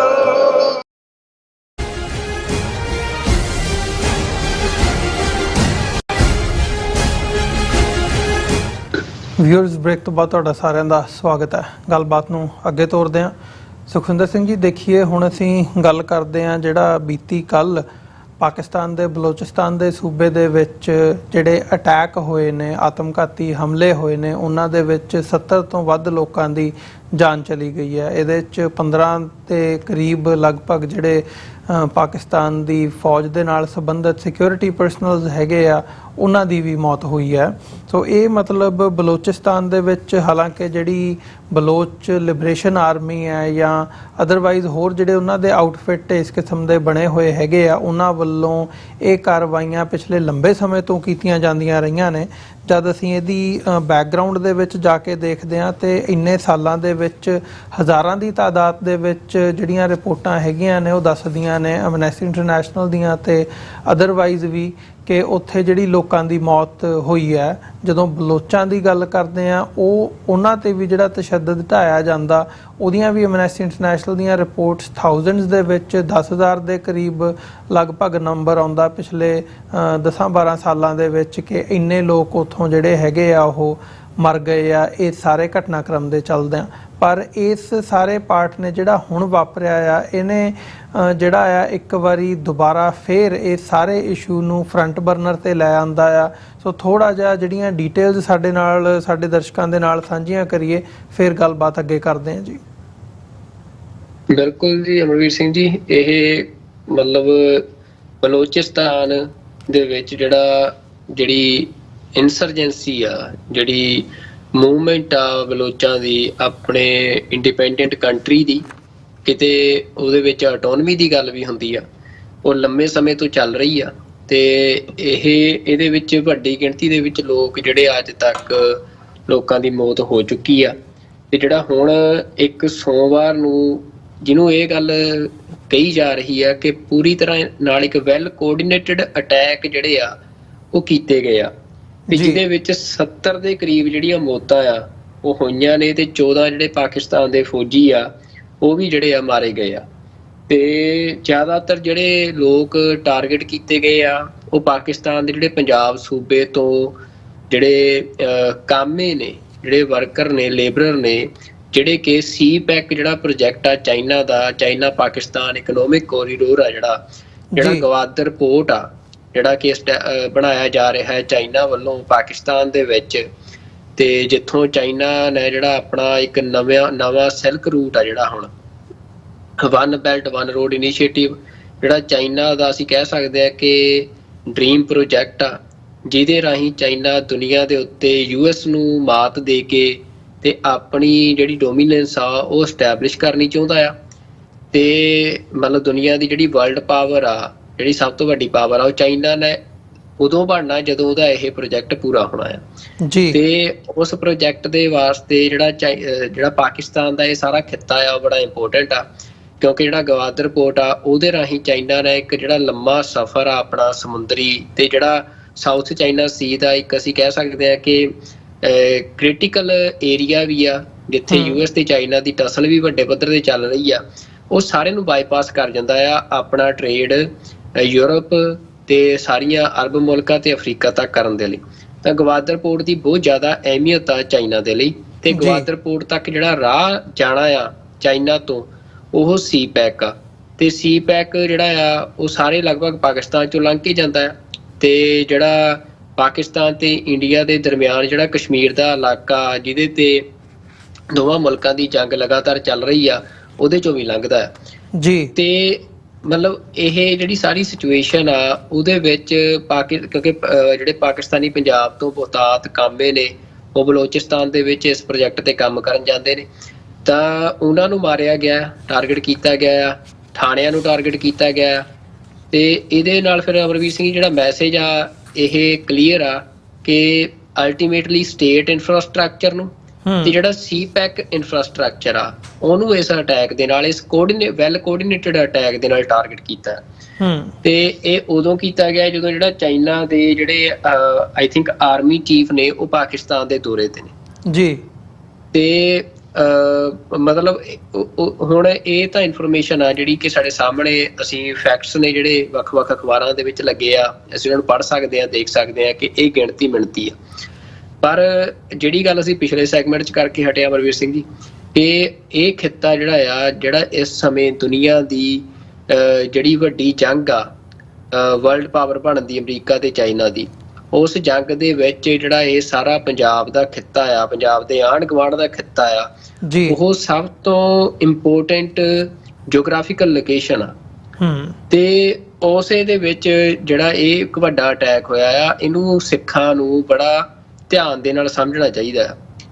ਇਹ ਦੇਖੋ ਕਿੰਨਾ ਕੁਛ ਵਾਪਰ ਰਿਹਾ ਇਹਨਾਂ 2 ਦਿਨਾਂ 'ਚ। ਉੱਧਰ ਇਹ ਕੋਆਰਡੀਨੇਟਡ ਅਟੈਕ ਹੋ ਰਿਹਾ, ਪਿਛਲੇ ਦਿਨਾਂ ਦੇ ਵਿੱਚ ਕਸ਼ਮੀਰ ਦੇ ਵਿੱਚ ਕੋਆਰਡੀਨੇਟਡ ਅਟੈਕ ਜਿਹੜੇ ਆ ਇੰਡੀਅਨ ਐਸਟੈਬਲਿਸ਼ਮੈਂਟ ਦੇ ਉੱਤੇ ਵੱਡੇ ਪੱਧਰ ਤੇ ਹੋਏ ਆ। ਤੇ ਯੂਐਸ ਦੇ ਜਿਹੜੇ ਡਿਪਲੋਮੈਟਸ ਨੇ ਉਹਨਾਂ ਦਾ ਕਸ਼ਮੀਰ ਜਾਣਾ ਤੇ ਉੱਥੇ ਉਮਰ ਅਬਦੁੱਲਾ ਨੂੰ ਮਿਲਣਾ, ਤੇ ਜਿਹੜੀ ਉਹ ਸਟੇਟਮੈਂਟ ਆ ਆਪਣੇ ਆਪ 'ਚ ਬੜੇ ਮਾਇਨੇ ਰੱਖਦੀ ਹੈ, ਜਿਹਦੇ ਵਿੱਚ ਮਤਲਬ ਉਹ ਵਾਰ-ਵਾਰ ਇਹ ਗੱਲ ਜਿਹੜੀ ਨੈਸ਼ਨਲ ਕਾਨਫਰੰਸ ਆ ਉਹਨਾਂ ਨੇ ਕਹੀ ਆ ਕਿ ਕਸ਼ਮੀਰ ਨੂੰ ਲੈ ਕੇ ਮਤਲਬ ਬਹੁਤ ਕਸ਼ਮੀਰ ਨੂੰ ਲੈ ਕੇ ਲਗਭਗ ਸਾਰੇ ਮਸਲਿਆਂ ਦੇ ਉੱਤੇ ਗੱਲਬਾਤ ਹੋਈ। ਮਤਲਬ ਇਹ ਨਹੀਂ ਕਿ ਤੁਸੀਂ ਕਿਸੇ ਟੂਰਿਜ਼ਮ ਦਾ, ਇੱਕ ਇੰਡੀਅਨ ਮੀਡੀਆ ਨੇ ਜਿਹੜਾ ਸ਼ੋਸ਼ਾ ਛੱਡਿਆ ਕਿ ਟੂਰਿਜ਼ਮ ਵਧਾਉਣ ਦੇ ਨੂੰ ਲੈ ਕੇ ਗੱਲਬਾਤ ਹੋਈ, ਪਰ ਜਦੋਂ ਅੰਦਰ ਸਟੇਟਮੈਂਟ ਪੜ੍ਹਦੇ ਆ ਤਾਂ ਉਹਦੇ 'ਚ ਕੁਛ ਹੋਰ ਨਿਕਲਦਾ ਆ। ਤਾਂ ਕਸ਼ਮੀਰ ਦੇ ਮਸਲੇ ਜਿਹੜੇ ਆ ਅਸੀਂ ਜਾਣਦੇ ਆ ਕਿ ਕਸ਼ਮੀਰ ਦਾ ਸਭ ਤੋਂ ਵੱਡਾ ਮਸਲਾ ਜਿਹੜਾ ਆ ਉਹ ਇੱਕ ਰੈਕੋਗਨਾਈਜ਼ਡ ਡਿਸਪਿਊਟਡ ਟੈਰੀਟਰੀ ਆ 2 ਮੁਲਕਾਂ ਦੇ ਦਰਮਿਆਨ, ਤੇ ਉਹਨਾਂ ਦਾ ਮਸਲਾ ਸੋਵਰੈਨਿਟੀ ਦਾ, ਉਹਨਾਂ ਦੀ ਇੰਡੀਪੈਂਡੈਂਸ ਦੀ ਮੂਵਮੈਂਟ ਦਾ ਮਸਲਾ ਹੈ। ਤੇ ਉੱਥੇ ਜਿਹੜਾ ਡਿਪਲੋਮੈਟਸ ਦਾ ਜਾਣਾ ਤੇ ਉੱਧਰ ਬਲੋਚਿਸਤਾਨ 'ਚ ਹੀ ਹੋਣਾ, ਤੇ ਉਹ ਇਹ ਸਾਰੇ ਦੇ ਦਰਮਿਆਨ ਜਿਹੜੀ ਕੜੀ ਅਹਿਮ ਜੋੜਨ ਵਾਲੀ ਆ ਕਿ ਜਿੱਥੇ ਕਸ਼ਮੀਰ ਦੀ ਇੰਡੀਪੈਂਡੈਂਸ ਮੂਵਮੈਂਟ ਜਿਹੜੀ ਆ ਉਹਨੂੰ ਪਾਕਿਸਤਾਨ ਦੀ ਫੁੱਲ ਸਪੋਰਟ ਰਹੀ ਆ ਹਰੇਕ ਤਰੀਕੇ ਦੇ ਨਾਲ, ਤੇ ਉਸੇ ਤਰੀਕੇ ਦੇ ਨਾਲ ਜਿਹੜੀ ਬਲੋਚਿਸਤਾਨ ਦੇ ਵਿੱਚ ਜਿੰਨੀ ਇਹ ਮੂਵਮੈਂਟ ਆ ਉਹਨੂੰ ਇੰਡੀਆ ਜਿਹੜਾ ਆ ਉਹਨੂੰ ਪਾਕਿਸਤਾਨ ਦੇ ਵਿੱਚ ਇੰਡੀਆ ਦੀ ਪ੍ਰੋਕਸੀ ਵਾਰ ਕਿਹਾ ਜਾਂਦਾ ਹੈ। ਮਤਲਬ ਐਸਟੈਬਲਿਸ਼ਡ ਗੱਲ ਆ ਕਿ ਉਹ ਇੰਡੀਆ ਦੀ ਪ੍ਰੋਕਸੀ ਵਾਰ ਆ ਪਾਕਿਸਤਾਨ ਦੇ ਵਿੱਚ। ਜਿਹੜੀ ਬਲੋਚਿਸਤਾਨ ਲਿਬਰੇਸ਼ਨ ਆਰਮੀ ਆ ਉਹਨੂੰ ਇੰਡੀਆ ਦੇ ਅਫੀਸ਼ੀਅਲ ਜਿਹੜੇ ਆ ਉਹਨੂੰ ਟ੍ਰੇਨਿੰਗ ਤੱਕ ਦੇਣ ਦਾ ਸਾਰਾ ਕੰਮ ਉਹ ਇੰਡੀਆ ਵੱਲੋਂ ਕੀਤਾ ਜਾਂਦਾ, ਐਸਟੈਬਲਿਸ਼ਡ ਫੈਕਟ ਨੇ। ਤੇ ਮਤਲਬ ਇਹ ਲੜਾਈ ਅਸੀਂ ਇਹ ਕਹਿ ਸਕਦੇ ਹਾਂ ਕਿ ਕਸ਼ਮੀਰ ਜਾਂ ਕਸ਼ਮੀਰੀਆਂ ਜਾਂ ਬਲੋਚਾਂ ਦੀ ਲੜਾਈ ਨਹੀਂ, ਇਹ ਦੁਨੀਆ ਦੇ ਵਿੱਚ ਜਿਹੜਾ ਵੱਡਾ ਜੀਓਪੋਲੀਟੀਕਲ ਸ਼ਿਫਟ ਆ ਰਿਹਾ ਆ ਉਹ ਉਸੇ ਦਾ ਹਿੱਸਾ ਆ, ਜਿਹਦੇ 'ਚ 2 ਲੜ ਰਹੀਆਂ ਕੌਮੀਅਤਾਂ ਤੋਂ ਇਲਾਵਾ 2 ਮੁਲਕ ਇੰਡੀਆ ਤੇ ਪਾਕਿਸਤਾਨ ਜਿਹੜੇ ਪਹਿਲਾਂ ਤੋਂ ਇਨਵੋਲਵਡ ਸੀ, ਪਰ ਉਸ ਤੋਂ ਇਲਾਵਾ ਸੀ ਪੈਕ ਦੇ ਰਾਹੀਂ ਚਾਈਨਾ ਤੇ ਸੀ ਪੈਕ ਦੇ ਰਾਹੀਂ ਹੀ ਯੂਐਸ ਜਿਹੜਾ ਆ ਇਹ ਇਹਨਾਂ ਸਾਰੇ ਕਲੈਸ਼ਸ ਦੇ ਵਿੱਚ ਹੁਣ ਇੱਕ ਇੰਪੋਰਟੈਂਟ ਪਾਰਟ ਬਣ ਚੁੱਕਿਆ ਜੀ। ਤੇ ਇਸ ਕਰਕੇ ਜਿਹੜੀਆਂ ਇਹ ਪ੍ਰੋਕਸੀ ਵਾਰਸ ਨੇ ਇਹ ਮਤਲਬ ਜਿਹੜੇ ਇਹੋ ਜਿਹੇ ਅਟੈਕ ਨੇ, ਜਦੋਂ ਇਹ ਵੈਲ ਕੋਆਰਡੀਨੇਟਡ ਅਟੈਕ ਹੋਣ ਲੱਗ ਜਾਣ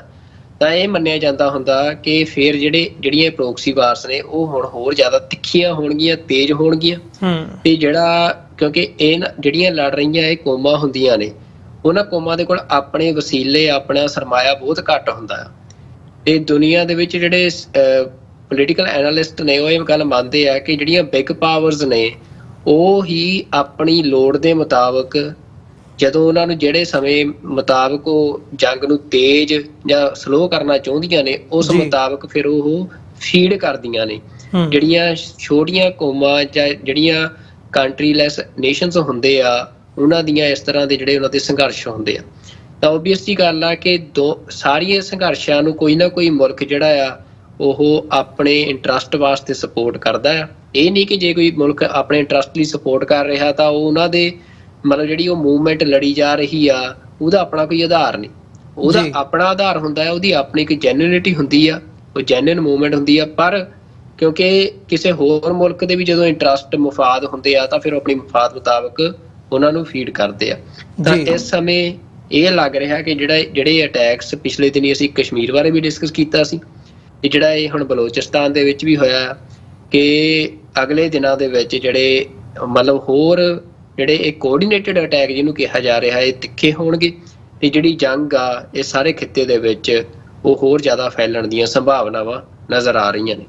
ਜੀ ਨਹੀਂ, ਇਹ ਤੁਸੀਂ ਇੱਕ ਦੇਖਣ ਵਾਲੀ ਗੱਲ ਜਾਂ ਸਮਝਣ ਵਾਲੀ ਗੱਲ ਉਹ ਵੱਲ ਇਸ਼ਾਰਾ ਕੀਤਾ ਆ ਜਦੋਂ ਤੁਸੀਂ ਇਹ ਸਾਰੇ ਪਾਰਟ ਨੂੰ ਕਨੈਕਟ ਕੀਤਾ। ਤੇ ਇਹ ਕਨੈਕਸ਼ਨ ਜਦੋਂ ਅਸੀਂ ਬਿਲਡ ਕਰਦੇ ਹਾਂ ਪ੍ਰੋਕਸੀ ਵਾਰਸ ਦਾ, ਤੇ ਉਸ ਦੇ ਵਿੱਚ ਹੁਣ ਕਸ਼ਮੀਰ ਦਾ ਵੀ ਜ਼ਿਕਰ ਹੁੰਦਾ ਆ ਤੇ ਉਧਰ ਅਸੀਂ ਬਲੋਚਿਸਤਾਨ ਦੇਖਦੇ ਹਾਂ, ਤੇ ਦੋਵੇਂ ਪਾਸੇ ਜਿਵੇਂ ਅਸੀਂ ਕਸ਼ਮੀਰ ਦਾ ਵੀ ਜ਼ਿਕਰ ਕਰਦੇ ਹਾਂ, ਹੁਣ ਚੋਣਾਂ ਉੱਥੇ ਹੋਣ ਜਾ ਰਹੀਆਂ ਨੇ, ਉਹਦੇ ਲਈ ਕੈਂਡੀਡੇਟਸ ਅਨਾਉਂਸ ਕੀਤੇ ਜਾ ਰਹੇ ਨੇ, ਤੇ ਉੱਥੇ ਦੀ ਜਦੋਂ ਅਸੀਂ ਮਿਲੀਟੈਂਟ ਸਟਰਗਲ ਦੀ ਗੱਲ ਕਰਦੇ ਹਾਂ ਉਹਦੇ ਵਿੱਚ ਵੀ ਪਿਛਲੇ 1 ਸਾਲ ਦੇ ਵਿੱਚ ਜੇ ਦੇਖਣਾ ਹੋਵੇ ਤੇ ਵੱਡੀ ਗਿਣਤੀ ਦੇ ਵਿੱਚ ਜਿਹੜੇ ਕੋਆਰਡੀਨੇਟਡ ਅਟੈਕਸ ਨੇ ਉਹ ਹੋਏ ਨੇ। ਤੇ ਇੱਥੇ ਫਿਰ ਚਾਈਨਾ ਦਾ ਇੰਟਰਸਟ ਆ ਜਾਂਦਾ, ਕਿਉਂਕਿ ਚਾਈਨਾ ਦਾ ਜਿਹੜਾ ਇਹ ਚਾਈਨਾ ਪਾਕਿਸਤਾਨ ਇਕਨੋਮਿਕਲ ਕੋਰੀਡੋਰ ਹੈ, ਇਹ ਸਾਰਾ ਉਸ ਖਿੱਤੇ ਦੇ ਵਿੱਚੋਂ ਨਿਕਲਦਾ ਆ, ਗਿਲਗਿਤ ਬਾਲਤਿਸਤਾਨ ਦੇ ਏਰੀਏ ਦੇ ਵਿੱਚੋਂ, ਜਿਹੜਾ ਕਿ ਇਸ ਵਕਤ ਕਸ਼ਮੀਰ ਦਾ ਹਿੱਸਾ ਆ, ਪਰ ਉਹ ਪਾਕਿਸਤਾਨ ਐਡਮਿਨਿਸਟਰਡ ਕਸ਼ਮੀਰ ਆ, ਜਿਹੜਾ ਕਿ ਡਿਸਪਿਊਟਡ ਟੈਰੀਟਰੀ ਮੰਨਿਆ ਜਾਂਦਾ ਆ ਜਦੋਂ ਅਸੀਂ ਇੰਟਰਨੈਸ਼ਨਲ ਆਈਜ਼ ਦੇ ਇੰਟਰਨੈਸ਼ਨਲੀ ਜਦੋਂ ਅਸੀਂ ਉਸ ਹਿਸਾਬ ਨਾਲ ਦੇਖਦੇ ਹਾਂ। ਸੋ ਇੱਥੇ ਚਾਈਨਾ ਦਾ ਬਹੁਤ ਵੱਡਾ ਇੰਟਰਸਟ ਹੈ, ਚਾਈਨਾ ਨੇ ਬਹੁਤ ਵੱਡੀ ਇਨਵੈਸਟਮੈਂਟ ਕੀਤੀ ਹੋਈ ਹੈ ਇਸ ਗਲਿਆਰੇ ਨੂੰ, ਆਰਥਿਕ ਗਲਿਆਰੇ ਨੂੰ ਨਪੇਰੇ ਚਾੜਨ ਦੇ ਲਈ। ਸੋ ਇੱਥੇ ਜਿਹੜੀਆਂ ਇੰਟਰਨੈਸ਼ਨਲ ਪਾਵਰਸ ਨੇ ਉਹਨਾਂ ਦੇ ਵੱਡੇ ਇੰਟਰਸਟ ਹੋਣ ਦੇ ਨਾਤੇ ਇਹ ਗੱਲ ਬਹੁਤ ਅਹਿਮ ਬਣ ਜਾਂਦੀ ਹੈ ਕਿ ਉਹਨਾਂ ਦੇ ਇੰਟਰਸਟ ਕਿੱਥੇ ਲਾਏ ਕਰਦੇ ਆ। ਚਾਈਨਾ ਦਾ ਇੰਟਰਸਟ ਉੱਥੇ ਸ਼ਾਂਤੀ ਰੱਖਣ ਦੇ ਵਿੱਚ ਹੈ, ਤੇ ਅਮਰੀਕਾ ਦਾ ਇੰਟਰਸਟ ਜਾਂ ਇਹ ਕਹਿ ਲਓ ਵੀ ਉਹ ਸਾਰੇ ਖਿੱਤੇ ਨੂੰ ਜੇ ਕਿਤੇ ਨਾ ਕਿਤੇ ਉੱਪਰ ਥੱਲੇ ਹੁੰਦਾ ਰਹੇ, ਖੜਕਾ ਦੜਕਾ ਹੁੰਦਾ ਰਹੇ, ਚੱਲਦਾ ਰਹੇ, ਅਮਰੀਕਾ ਦਾ ਇੰਟਰਸਟ ਜਾ ਕੇ ਉੱਥੇ ਲਾਏ ਕਰਦਾ। ਸੋ ਮਤਲਬ ਇਹ ਇੱਕ ਜਿਹੜੀ ਬੋਨ ਆਫ ਕੰਟੈਂਸ਼ਨ ਇਸ ਵਕਤ ਬਣੀ ਹੋਈ ਹੈ, ਇਹਦੇ ਤੇ ਥੋੜ੍ਹਾ ਜਿਹਾ ਡੀਟੇਲ ਦੇ ਵਿੱਚ ਸਮਝਣ ਦੀ ਲੋੜ ਹੈਗੀ ਹੈ ਵੀ ਇਹ ਲੋਕਾਂ ਦੇ ਹਿੱਤ ਦੇ ਵਿੱਚ ਨਹੀਂ ਜਾਂਦੀ ਹੈਗੀ ਗੱਲ, ਜਿਹੜੇ ਉੱਥੇ ਦੇ ਆਮ ਲੋਕ ਹੈਗੇ ਆ, ਵਸਨੀਕ ਹੈਗੇ ਆ, ਪਰ ਤੁਸੀਂ ਕਿਤੇ ਨਾ ਕਿਤੇ ਉਹਨਾਂ ਤਾਕਤਾਂ ਦੇ ਲਈ ਰॉ ਮਟੀਰੀਅਲ ਬਣ ਜਾਂਦੇ ਹੋ। ਜਿਵੇਂ ਅਸੀਂ ਪਿਛਲੇ ਸਮੇਂ ਦੇ ਵਿੱਚ ਵੀ ਦੇਖਦੇ ਹਾਂ ਕਿ ਸਾਡੇ ਹੱਥ ਦੇ ਵਿੱਚ ਕੁਝ ਨਹੀਂ ਹੁੰਦਾ, ਪਰ ਅਸੀਂ ਉਹਨਾਂ ਦੀ ਲੜਾਈ ਲੜ ਰਹੇ ਹੁੰਦੇ ਹਾਂ ਤੇ ਸਾਨੂੰ ਆਪ ਨੂੰ ਨਹੀਂ ਪਤਾ ਹੁੰਦਾ ਕਿ ਅਸੀਂ ਕਿੱਧਰ ਜਾ ਕੇ ਐਂਡ ਹੋਵਾਂਗੇ। ਨਹੀਂ ਅਮਰਜੀਤ ਸਿੰਘ ਜੀ, ਦੇਖੋ ਜਿਹੜੀ ਲੜਾਈ ਆ ਭਾਵੇਂ ਉਹ ਬਲੂਚਿਸਤਾਨ ਦੀ ਹੈ ਭਾਵੇਂ ਕਸ਼ਮੀਰ ਦੀ ਹੈ, ਮੈਂ ਤੁਹਾਨੂੰ ਪਹਿਲਾਂ ਵੀ ਇਹ ਗੱਲ ਕਹਿ ਕੇ ਹਟਿਆ ਕਿ ਜਦੋਂ ਸਮਾਂ ਹੁੰਦਾ ਆ ਜਿਹੜੀਆਂ ਬਿਗ ਪਾਵਰਸ ਨੇ, ਬਿਗ ਪਲੇਅਰਸ ਨੇ, ਉਹ ਆਪਣੇ ਜਦੋਂ ਉਹਨਾਂ ਦੇ ਮਫਾਦ ਹੁੰਦੇ ਆ ਉਹ ਜ਼ਰੂਰ ਫੀਡ ਕਰਦੀਆਂ ਨੇ ਜਿਹੜੀਆਂ ਮੂਵਮੈਂਟਸ ਹੁੰਦੀਆਂ ਨੇ, ਲੋਕ ਸੰਘਰਸ਼ ਹੁੰਦੇ ਆ ਉਹਨਾਂ ਨੂੰ। ਪਰ ਇਹਦਾ ਮਤਲਬ ਇਹ ਨਹੀਂ ਹੁੰਦਾ ਕਿ ਜਿਹੜੇ ਲੋਕ ਸੰਘਰਸ਼ ਆ ਉਹਨਾਂ ਦਾ ਆਪਣਾ ਕੋਈ ਜੈਨੂਇਨ ਰੀਜ਼ਨ ਨਹੀਂ ਹੈਗਾ। ਮਤਲਬ ਉਹਨਾਂ ਦਾ ਇੱਕ ਵੱਡਾ ਜੈਨੂਇਨ ਰੀਜ਼ਨ ਹੁੰਦਾ ਆ, ਉਹਨਾਂ ਦਾ ਇੱਕ ਵੱਡਾ ਕਾਰਨ ਹੁੰਦਾ ਆ ਜਿਹਦੇ ਕਰਕੇ ਲੋਕ ਜਿਹੜੇ ਆ ਉਹਨਾਂ ਸੰਘਰਸ਼ਾਂ ਦੇ ਵਿੱਚ ਆਪਣੀਆਂ ਜਾਨਾਂ ਦਾਅ ਤੇ ਲਾਉਂਦੇ ਆ ਜੀ। ਪਰ ਮਸਲਾ ਕੀ ਹੁੰਦਾ ਵੀ ਉਹ ਆਪਣੇ ਰਿਸੋਰਸਿਸ ਦੇ ਨਾਲ ਐਸਟੈਬਲਿਸ਼ਡ ਸਟੇਟ ਜਿਹਦੇ ਖਿਲਾਫ ਉਹ ਲੜ ਰਹੇ ਹੁੰਦੇ ਆ ਉਹਨੂੰ ਨਹੀਂ ਟੱਕਰ ਦੇ ਸਕਦੇ ਹੁੰਦੇ ਆ, ਤੇ ਉਹ ਆਪਣੇ ਜਿਹੜੇ ਸੀਮਤ ਵਸੀਲੇ ਆ ਉਹਨਾਂ ਦੇ ਨਾਲ ਜੰਗ ਨੂੰ ਜਾਰੀ ਰੱਖਦੇ ਆ। ਪਰ ਜਦੋਂ ਕਿਸੇ ਵੱਡੀ ਤਾਕਤ ਦਾ ਉਸ ਖਿੱਤੇ ਦੇ ਵਿੱਚ ਇੰਟਰਸਟ ਪੈਦਾ ਹੋ ਜਾਂਦਾ ਆ ਤਾਂ ਫਿਰ ਉਹ ਉਸ ਮੂਵਮੈਂਟ ਨੂੰ ਜਿਹੜੇ ਰਿਸੋਰਸਿਸ ਆ ਉਹ ਪ੍ਰੋਵਾਈਡ ਕਰਾਉਂਦਾ ਹੈ। ਇਹ ਦੁਨੀਆ ਦਾ ਇਤਿਹਾਸ ਇਸੇ ਤਰੀਕੇ ਦਾ ਰਿਹਾ ਆ। ਤੇ ਮਤਲਬ ਉਹ ਸਾਰੇ ਕੁਛ ਦੇ ਚੱਲਦੇ ਅਸੀਂ ਦੇਖ ਰਹੇ ਹਾਂ ਕਿ ਜਿਹੜਾ ਇਹ ਖਿੱਤਾ ਆ, ਇਹ ਖਿੱਤਾ ਇਸ ਸਮੇਂ ਗਲੋਬਲ ਵਰਲਡ ਆਰਡਰ ਦੀ ਜਿਹੜੀ ਦੌੜ ਲੱਗੀ ਆ US ਤੇ ਚਾਈਨਾ ਦੀ, ਉਹਦਾ ਸੈਂਟਰ ਬਣਦਾ ਜਾ ਰਿਹਾ। ਤੇ ਇਸ ਕਰਕੇ ਹੁਣ ਇੱਥੇ ਜਿਹੜੇ ਪਾਸੇ ਆ, ਜਿਹੜੀ ਜੰਗ ਆ ਜਦੋਂ ਇਸ ਖਿੱਤੇ 'ਚ ਹੋਣੀ ਆ, ਤਾਂ ਜਿਹੜੇ ਲੋਕ ਲੜ ਰਹੇ ਆ ਉਹਨਾਂ ਲਈ, ਉਹਨਾਂ ਦੇ ਵਿੱਚ ਓਬਵੀਅਸ ਜੀ ਗੱਲ ਆ, ਵੱਡੀਆਂ ਤਾਕਤਾਂ ਦਾ ਇੰਟਰਸਟ ਪੈਦਾ ਹੋਣਾ ਲਾਜ਼ਮੀ ਆ। ਤੇ ਜਿਹੜੇ ਚਾਈਨਾ ਤੇ US ਦੀ ਗੱਲ ਆ ਵੀ ਚਾਈਨਾ ਉੱਥੇ ਸ਼ਾਂਤੀ ਰੱਖਣੀ ਚਾਹੁੰਦਾ ਜਾਂ US ਸ਼ਾਂਤੀ ਨਹੀਂ ਚਾਹੁੰਦਾ, ਤਾਂ ਇਹਦੇ ਵਿੱਚ ਅਮਰਵੀਰ ਸਿੰਘ ਜੀ ਗੱਲ ਇਹ ਆ ਵੀ ਸ਼ਾਂਤੀ ਦਾ ਇਹ ਮਸਲਾ ਨਹੀਂ ਵੀ ਸ਼ਾਂਤੀ ਇਕੱਲੀ ਚਾਈਨਾ ਜਾਂ US ਦੀ ਗੱਲ ਆ, ਕਿਉਂਕਿ ਇੰਡੀਆ ਵੀ ਇੱਕ ਇੰਪੋਰਟੈਂਟ ਪਲੇਅਰ ਆ, ਪਾਕਿਸਤਾਨ ਵੀ ਇੰਪੋਰਟੈਂਟ ਪਲੇਅਰ ਆ ਉਹ ਸਾਰੇ ਖਿੱਤੇ 'ਚ। ਤੇ ਪਿਛਲੇ ਦਿਨਾਂ 'ਚ ਅਸੀਂ ਬੰਗਲਾਦੇਸ਼ ਦੇ ਵਿੱਚ ਜੋ ਕੁਝ ਦੇਖਿਆ ਉਹਨੂੰ ਵੀ ਅਸੀਂ ਜੀਓਪੋਲੀਟੀਕਲ ਤਬਦੀਲੀ ਤੋਂ ਵੱਖਰਾ ਕਰਕੇ ਨਹੀਂ ਦੇਖ ਸਕਦੇ ਆ। ਇਸ ਤੋਂ ਇਲਾਵਾ ਸਾਊਥ ਚਾਈਨਾ ਸੀ ਦੇ ਜਿਹੜੇ ਮੁਲਕ ਨੇ, ਵੀਅਤਨਾਮ ਤੋਂ ਲੈ ਕੇ ਥਾਈਲੈਂਡ ਤੋਂ ਲੈ ਕੇ, ਇਹਨਾਂ ਮੁਲਕਾਂ ਦੇ ਵਿੱਚ ਬਹੁਤ ਤੇਜ਼ੀ ਦੇ ਨਾਲ ਗਤੀਵਿਧੀਆਂ ਜਿਹੜੀਆਂ ਆ ਉਹ ਚਾਈਨਾ ਤੇ USA ਦੀਆਂ ਹੋ ਰਹੀਆਂ। ਤੇ ਇਹ ਸਾਰਾ ਜਿਹੜਾ ਖਿੱਤਾ ਏਸ਼ੀਆ ਦਾ ਆ, ਉਹਦੇ ਵਿੱਚ ਇਸ ਸਮੇਂ ਜਿਹੜੇ ਆ ਪਾਸੇ ਮਤਲਬ ਆਪਣੀ ਧਿਰ ਨੂੰ ਤਕੜਾ ਕਰਨ ਦੀ ਕੋਸ਼ਿਸ਼ ਚਾਈਨਾ ਤੇ US ਕਰ ਰਹੇ ਆ, ਜਿਹਦੇ ਲਈ ਉਹ ਸਾਮ ਦਾਮ ਦੰਡ ਭੇਦ ਜਿਹੜਾ ਇਹ ਚਣਕਿਆ ਨੀਤੀ ਦਾ ਪੈਂਤੜਾ ਸੀ ਉਹ ਸਾਰੇ ਹੀ ਵਰਤਦੇ ਆ, ਉਹ ਇਹ ਵਰਤ ਰਹੇ ਆ। ਪਰ ਆਪਣੇ ਲਈ, ਸਿੱਖਾਂ ਲਈ ਕੰਸਰਨ ਇਹ ਆ ਕਿ ਸਿੱਖ ਇਹ ਸਮਝਣ ਕਿ ਇਸ ਸਮੇਂ ਬਿਗ ਪਲੇਅਰਸ ਦਾ ਇੰਟਰਸਟ ਆ ਉਸ ਖਿੱਤੇ ਦੇ ਵਿੱਚ, ਤੇ ਉਹ ਜਿਹੜੇ ਆ ਮਤਲਬ ਜਿਹੜੇ ਲੋਕ ਉੱਥੇ ਲੜ ਰਹੇ ਆ ਉਹਨਾਂ ਦੇ ਲਈ ਇੱਕ ਅਸੀਂ ਕਹਿ ਸਕਦੇ ਆ ਵੀ ਓਪਰਚੁਨਿਟੀ ਆ। ਮਤਲਬ ਓਪਰਚੁਨਿਟੀ, ਸਿਆਸੀ ਓਪਰਚੁਨਿਟੀ ਇਹੀ ਹੁੰਦੀ ਆ ਵੀ ਤੁਸੀਂ ਲੜਨਾ ਤਾਂ ਜਿਹੜੇ ਲੋਕ ਬਿਨਾਂ ਰਿਸੋਰਸਿਸ ਤੋਂ, ਜਿਹੜੀਆਂ ਕੌਮਾਂ, ਛੋਟੀਆਂ ਕੌਮਾਂ ਵੱਡੇ ਮੁਲਕਾਂ ਦੇ ਨਾਲ ਲੜਦੀਆਂ ਆਪਣੇ ਹੱਕਾਂ ਦੇ ਲਈ, ਜਿਵੇਂ ਸਿੱਖ ਲੜ ਰਹੇ ਆ,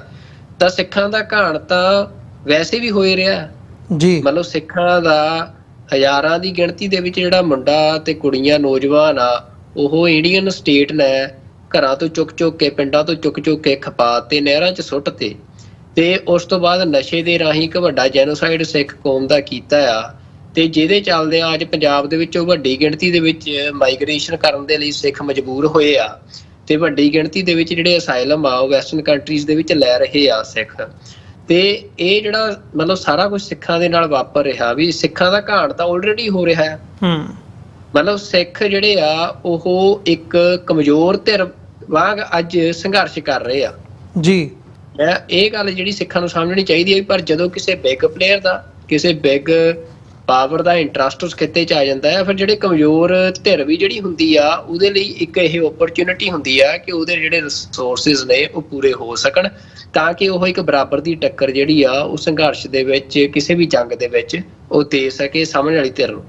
ਤੇ ਉਹ ਇਸ ਸਮੇਂ ਜਿਹੜਾ ਇਹ ਖਿੱਤਾ ਆ, ਉੱਥੇ ਅਸੀਂ ਅਨੁਮਾਨ ਲਾ ਸਕਦੇ ਹਾਂ ਜੋ ਵਾਪਰ ਰਿਹਾ। ਭਵਿੱਖ ਤਾਂ ਕਿਸੇ ਨੇ ਨਹੀਂ ਦੇਖਿਆ ਹੁੰਦਾ, ਪਰ ਅੰਦਾਜ਼ਾ ਇਤਿਹਾਸ ਦੀਆਂ ਘਟਨਾਵਾਂ ਤੋਂ ਤੇ ਜੋ ਅੱਜ ਵਾਪਰ ਰਿਹਾ ਉਹਦਾ ਐਨਾਲਿਸਿਸ ਕਰਕੇ ਇਹੀ ਲਾਇਆ ਜਾ ਸਕਦਾ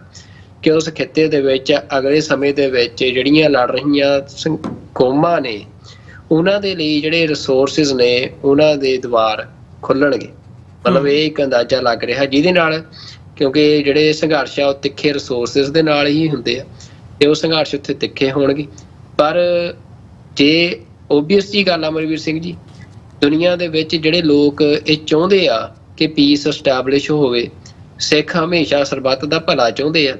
ਜੀ। ਤੇ ਸਿੱਖ ਜਿਹੜੇ ਆ ਉਹਨਾਂ ਨੇ ਕਦੇ ਵੀ ਜਿਹੜੀ ਦੁਨੀਆ ਦੇ ਜਿਹੜੇ ਜੰਗ ਦੇ ਸਿੱਖਾਂ ਦੇ ਆਪਣੇ ਅਸੂਲ ਆ, ਸਿੱਖਾਂ ਨੇ ਕਦੇ ਵੀ ਜਿਹੜੇ ਉਹ ਗੁਰੂ ਸਿਧਾਂਤ ਮੁਤਾਬਕ ਬਣੇ ਅਸੂਲ ਆ ਉਹਨਾਂ ਨੂੰ ਉਲੰਘਿਆ ਨਹੀਂ,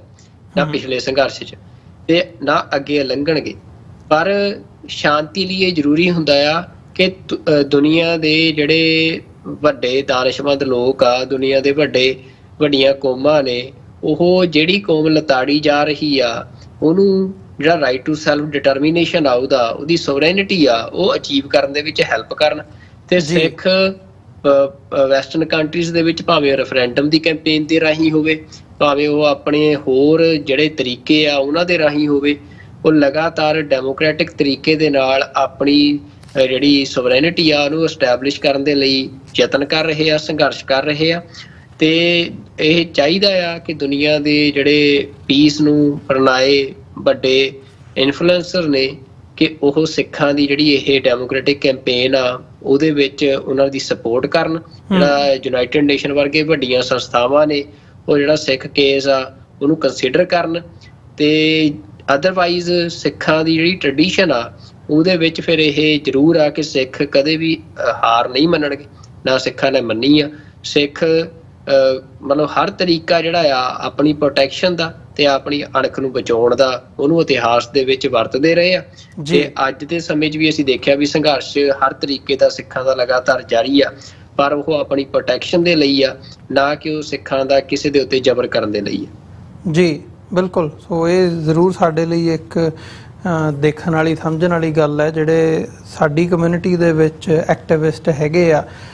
ਉਹ ਇਸ ਗੱਲ ਨੂੰ ਸਮਝਣ, ਦੇਖਣ ਤੇ ਭਾਂਪਣ ਕਿ ਅਸੀਂ ਜਿਹੜੇ ਅਗਲੇ ਸਟੈਪ ਨੇ ਉਹ ਕਿਸ ਕਿਸਮ ਦੇ ਲੈਣੇ ਨੇ, ਤਾਂ ਕਿ ਇਹ ਜਿਹੜੀ ਖੇਡ ਇੱਕ ਬਣ ਰਹੀ ਹੈ ਜਾਂ ਇੱਕ ਸਿਚੁਏਸ਼ਨ ਡਿਵੈਲਪ ਹੋ ਰਹੀ ਹੈ, ਇਸ ਦੇ ਵਿੱਚੋਂ ਸਾਡੇ ਲਈ ਕੌਮੀ ਪੱਧਰ ਦੇ ਉੱਤੇ ਕੁਝ ਚੰਗਾ ਨਿਕਲ ਸਕੇ। ਸੋ ਇਹਨਾਂ ਹੀ ਸ਼ਬਦਾਂ ਦੇ ਨਾਲ ਇੱਥੇ ਇੱਕ ਛੋਟੇ ਜਿਹੇ ਕਮਰਸ਼ੀਅਲ ਬ੍ਰੇਕ ਦੇ ਲਈ ਰੁਕਾਂਗੇ। ਵਿਊਅਰ ਸਾਡੇ ਨਾਲ ਇਸੇ ਤਰ੍ਹਾਂ ਬਣੇ ਰਹੋ।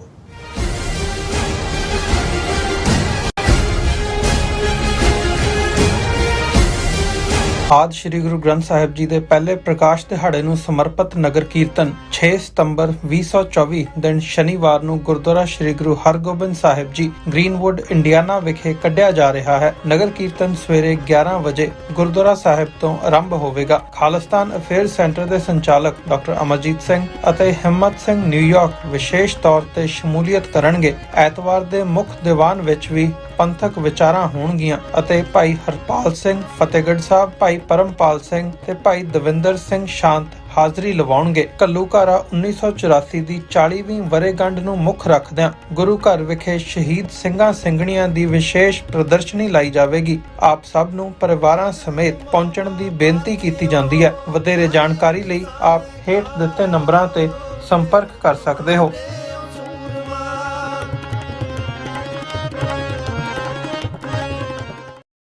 ਟਰਾਈ ਸਟੇਟ ਦੇ ਕੇਂਦਰੀ ਅਸਥਾਨ Gurdwara Sahib Sikh culture society Richmond Hill New York ਤੇ ਇਸ ਗੁਰਦੁਆਰਾ ਸਾਹਿਬ ਦੀ ਸਮੁੱਚੀ ਪ੍ਰਬੰਧਕ ਕਮੇਟੀ ਵੱਲੋਂ ਸਮੁੱਚੀਆਂ ਸੰਗਤਾਂ, ਪੰਥਕ ਜਥੇਬੰਦੀਆਂ ਅਤੇ ਸੇਵਾ ਸੁਸਾਇਟੀਆਂ ਦੇ ਸਹਿਯੋਗ ਨਾਲ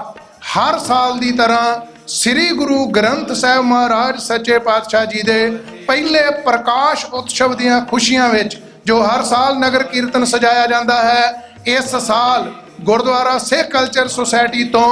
1 ਸਤੰਬਰ ਦਿਨ ਐਤਵਾਰ ਨੂੰ ਦਿਨੇ 12 ਵਜੇ ਗੁਰਦੁਆਰਾ ਸਾਹਿਬ ਤੋਂ ਇਹ 14ਵਾਂ ਮਹਾਨ ਨਗਰ ਕੀਰਤਨ ਸ੍ਰੀ ਗੁਰੂ ਗ੍ਰੰਥ ਸਾਹਿਬ ਸੱਚੇ ਪਾਤਸ਼ਾਹ ਜੀ ਦੀ ਸਰਪ੍ਰਸਤੀ ਹੇਠ ਅਤੇ 5 ਪਿਆਰਿਆਂ ਦੀ ਅਗਵਾਈ ਵਿੱਚ ਸ਼ੁਰੂ ਹੋਵੇਗਾ। ਸਮੁੱਚੀਆਂ ਸੰਗਤਾਂ ਨੂੰ ਬੇਨਤੀ ਹੈ, ਇਸ ਨਗਰ ਕੀਰਤਨ ਦਾ ਰੂਟ ਪਿਛਲੇ ਸਾਲਾਂ ਵਾਲਾ ਹੀ ਹੈ। ਸਮੁੱਚੀਆਂ ਸੰਗਤਾਂ ਨੂੰ ਬੇਨਤੀ ਹੈ, ਪਰਿਵਾਰਾਂ ਬੱਚਿਆਂ ਸਮੇਤ ਵੱਧ ਤੋਂ ਵੱਧ ਹਾਜ਼ਰੀਆਂ ਭਰਦੇ ਹੋਏ ਸਤਿਗੁਰੂ ਸੱਚੇ ਪਾਤਸ਼ਾਹ ਦੀਆਂ ਬਖਸ਼ਿਸ਼ਾਂ ਰਹਿਮਤਾਂ ਪ੍ਰਾਪਤ ਕਰੋ ਜੀ। ਵਾਹਿਗੁਰੂ ਜੀ ਕਾ ਖਾਲਸਾ, ਵਾਹਿਗੁਰੂ ਜੀ ਕੀ ਫਤਿਹ। ਸੋ ਨਿਹਾਲ, ਸਤਿ ਸ੍ਰੀ ਅਕਾਲ।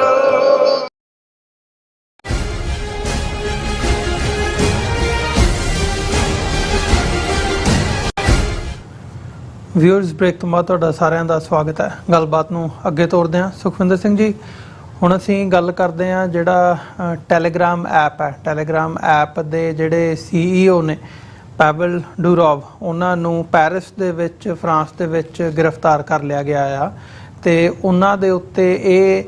ਦੋਸ਼ ਲਾਇਆ ਗਿਆ ਆ ਕਿ ਭਾਈ ਉਹਨਾਂ ਦੀ ਐਪ ਦੇ ਥਰੂ ਬਹੁਤ ਕੁਝ ਨਾਜਾਇਜ਼ ਜਿਹੜਾ ਆ, ਇਲੀਗਲ ਜਿਹੜਾ ਆ ਉਹ ਹੋ ਰਿਹਾ ਤੇ ਉਹਨੂੰ ਉਹ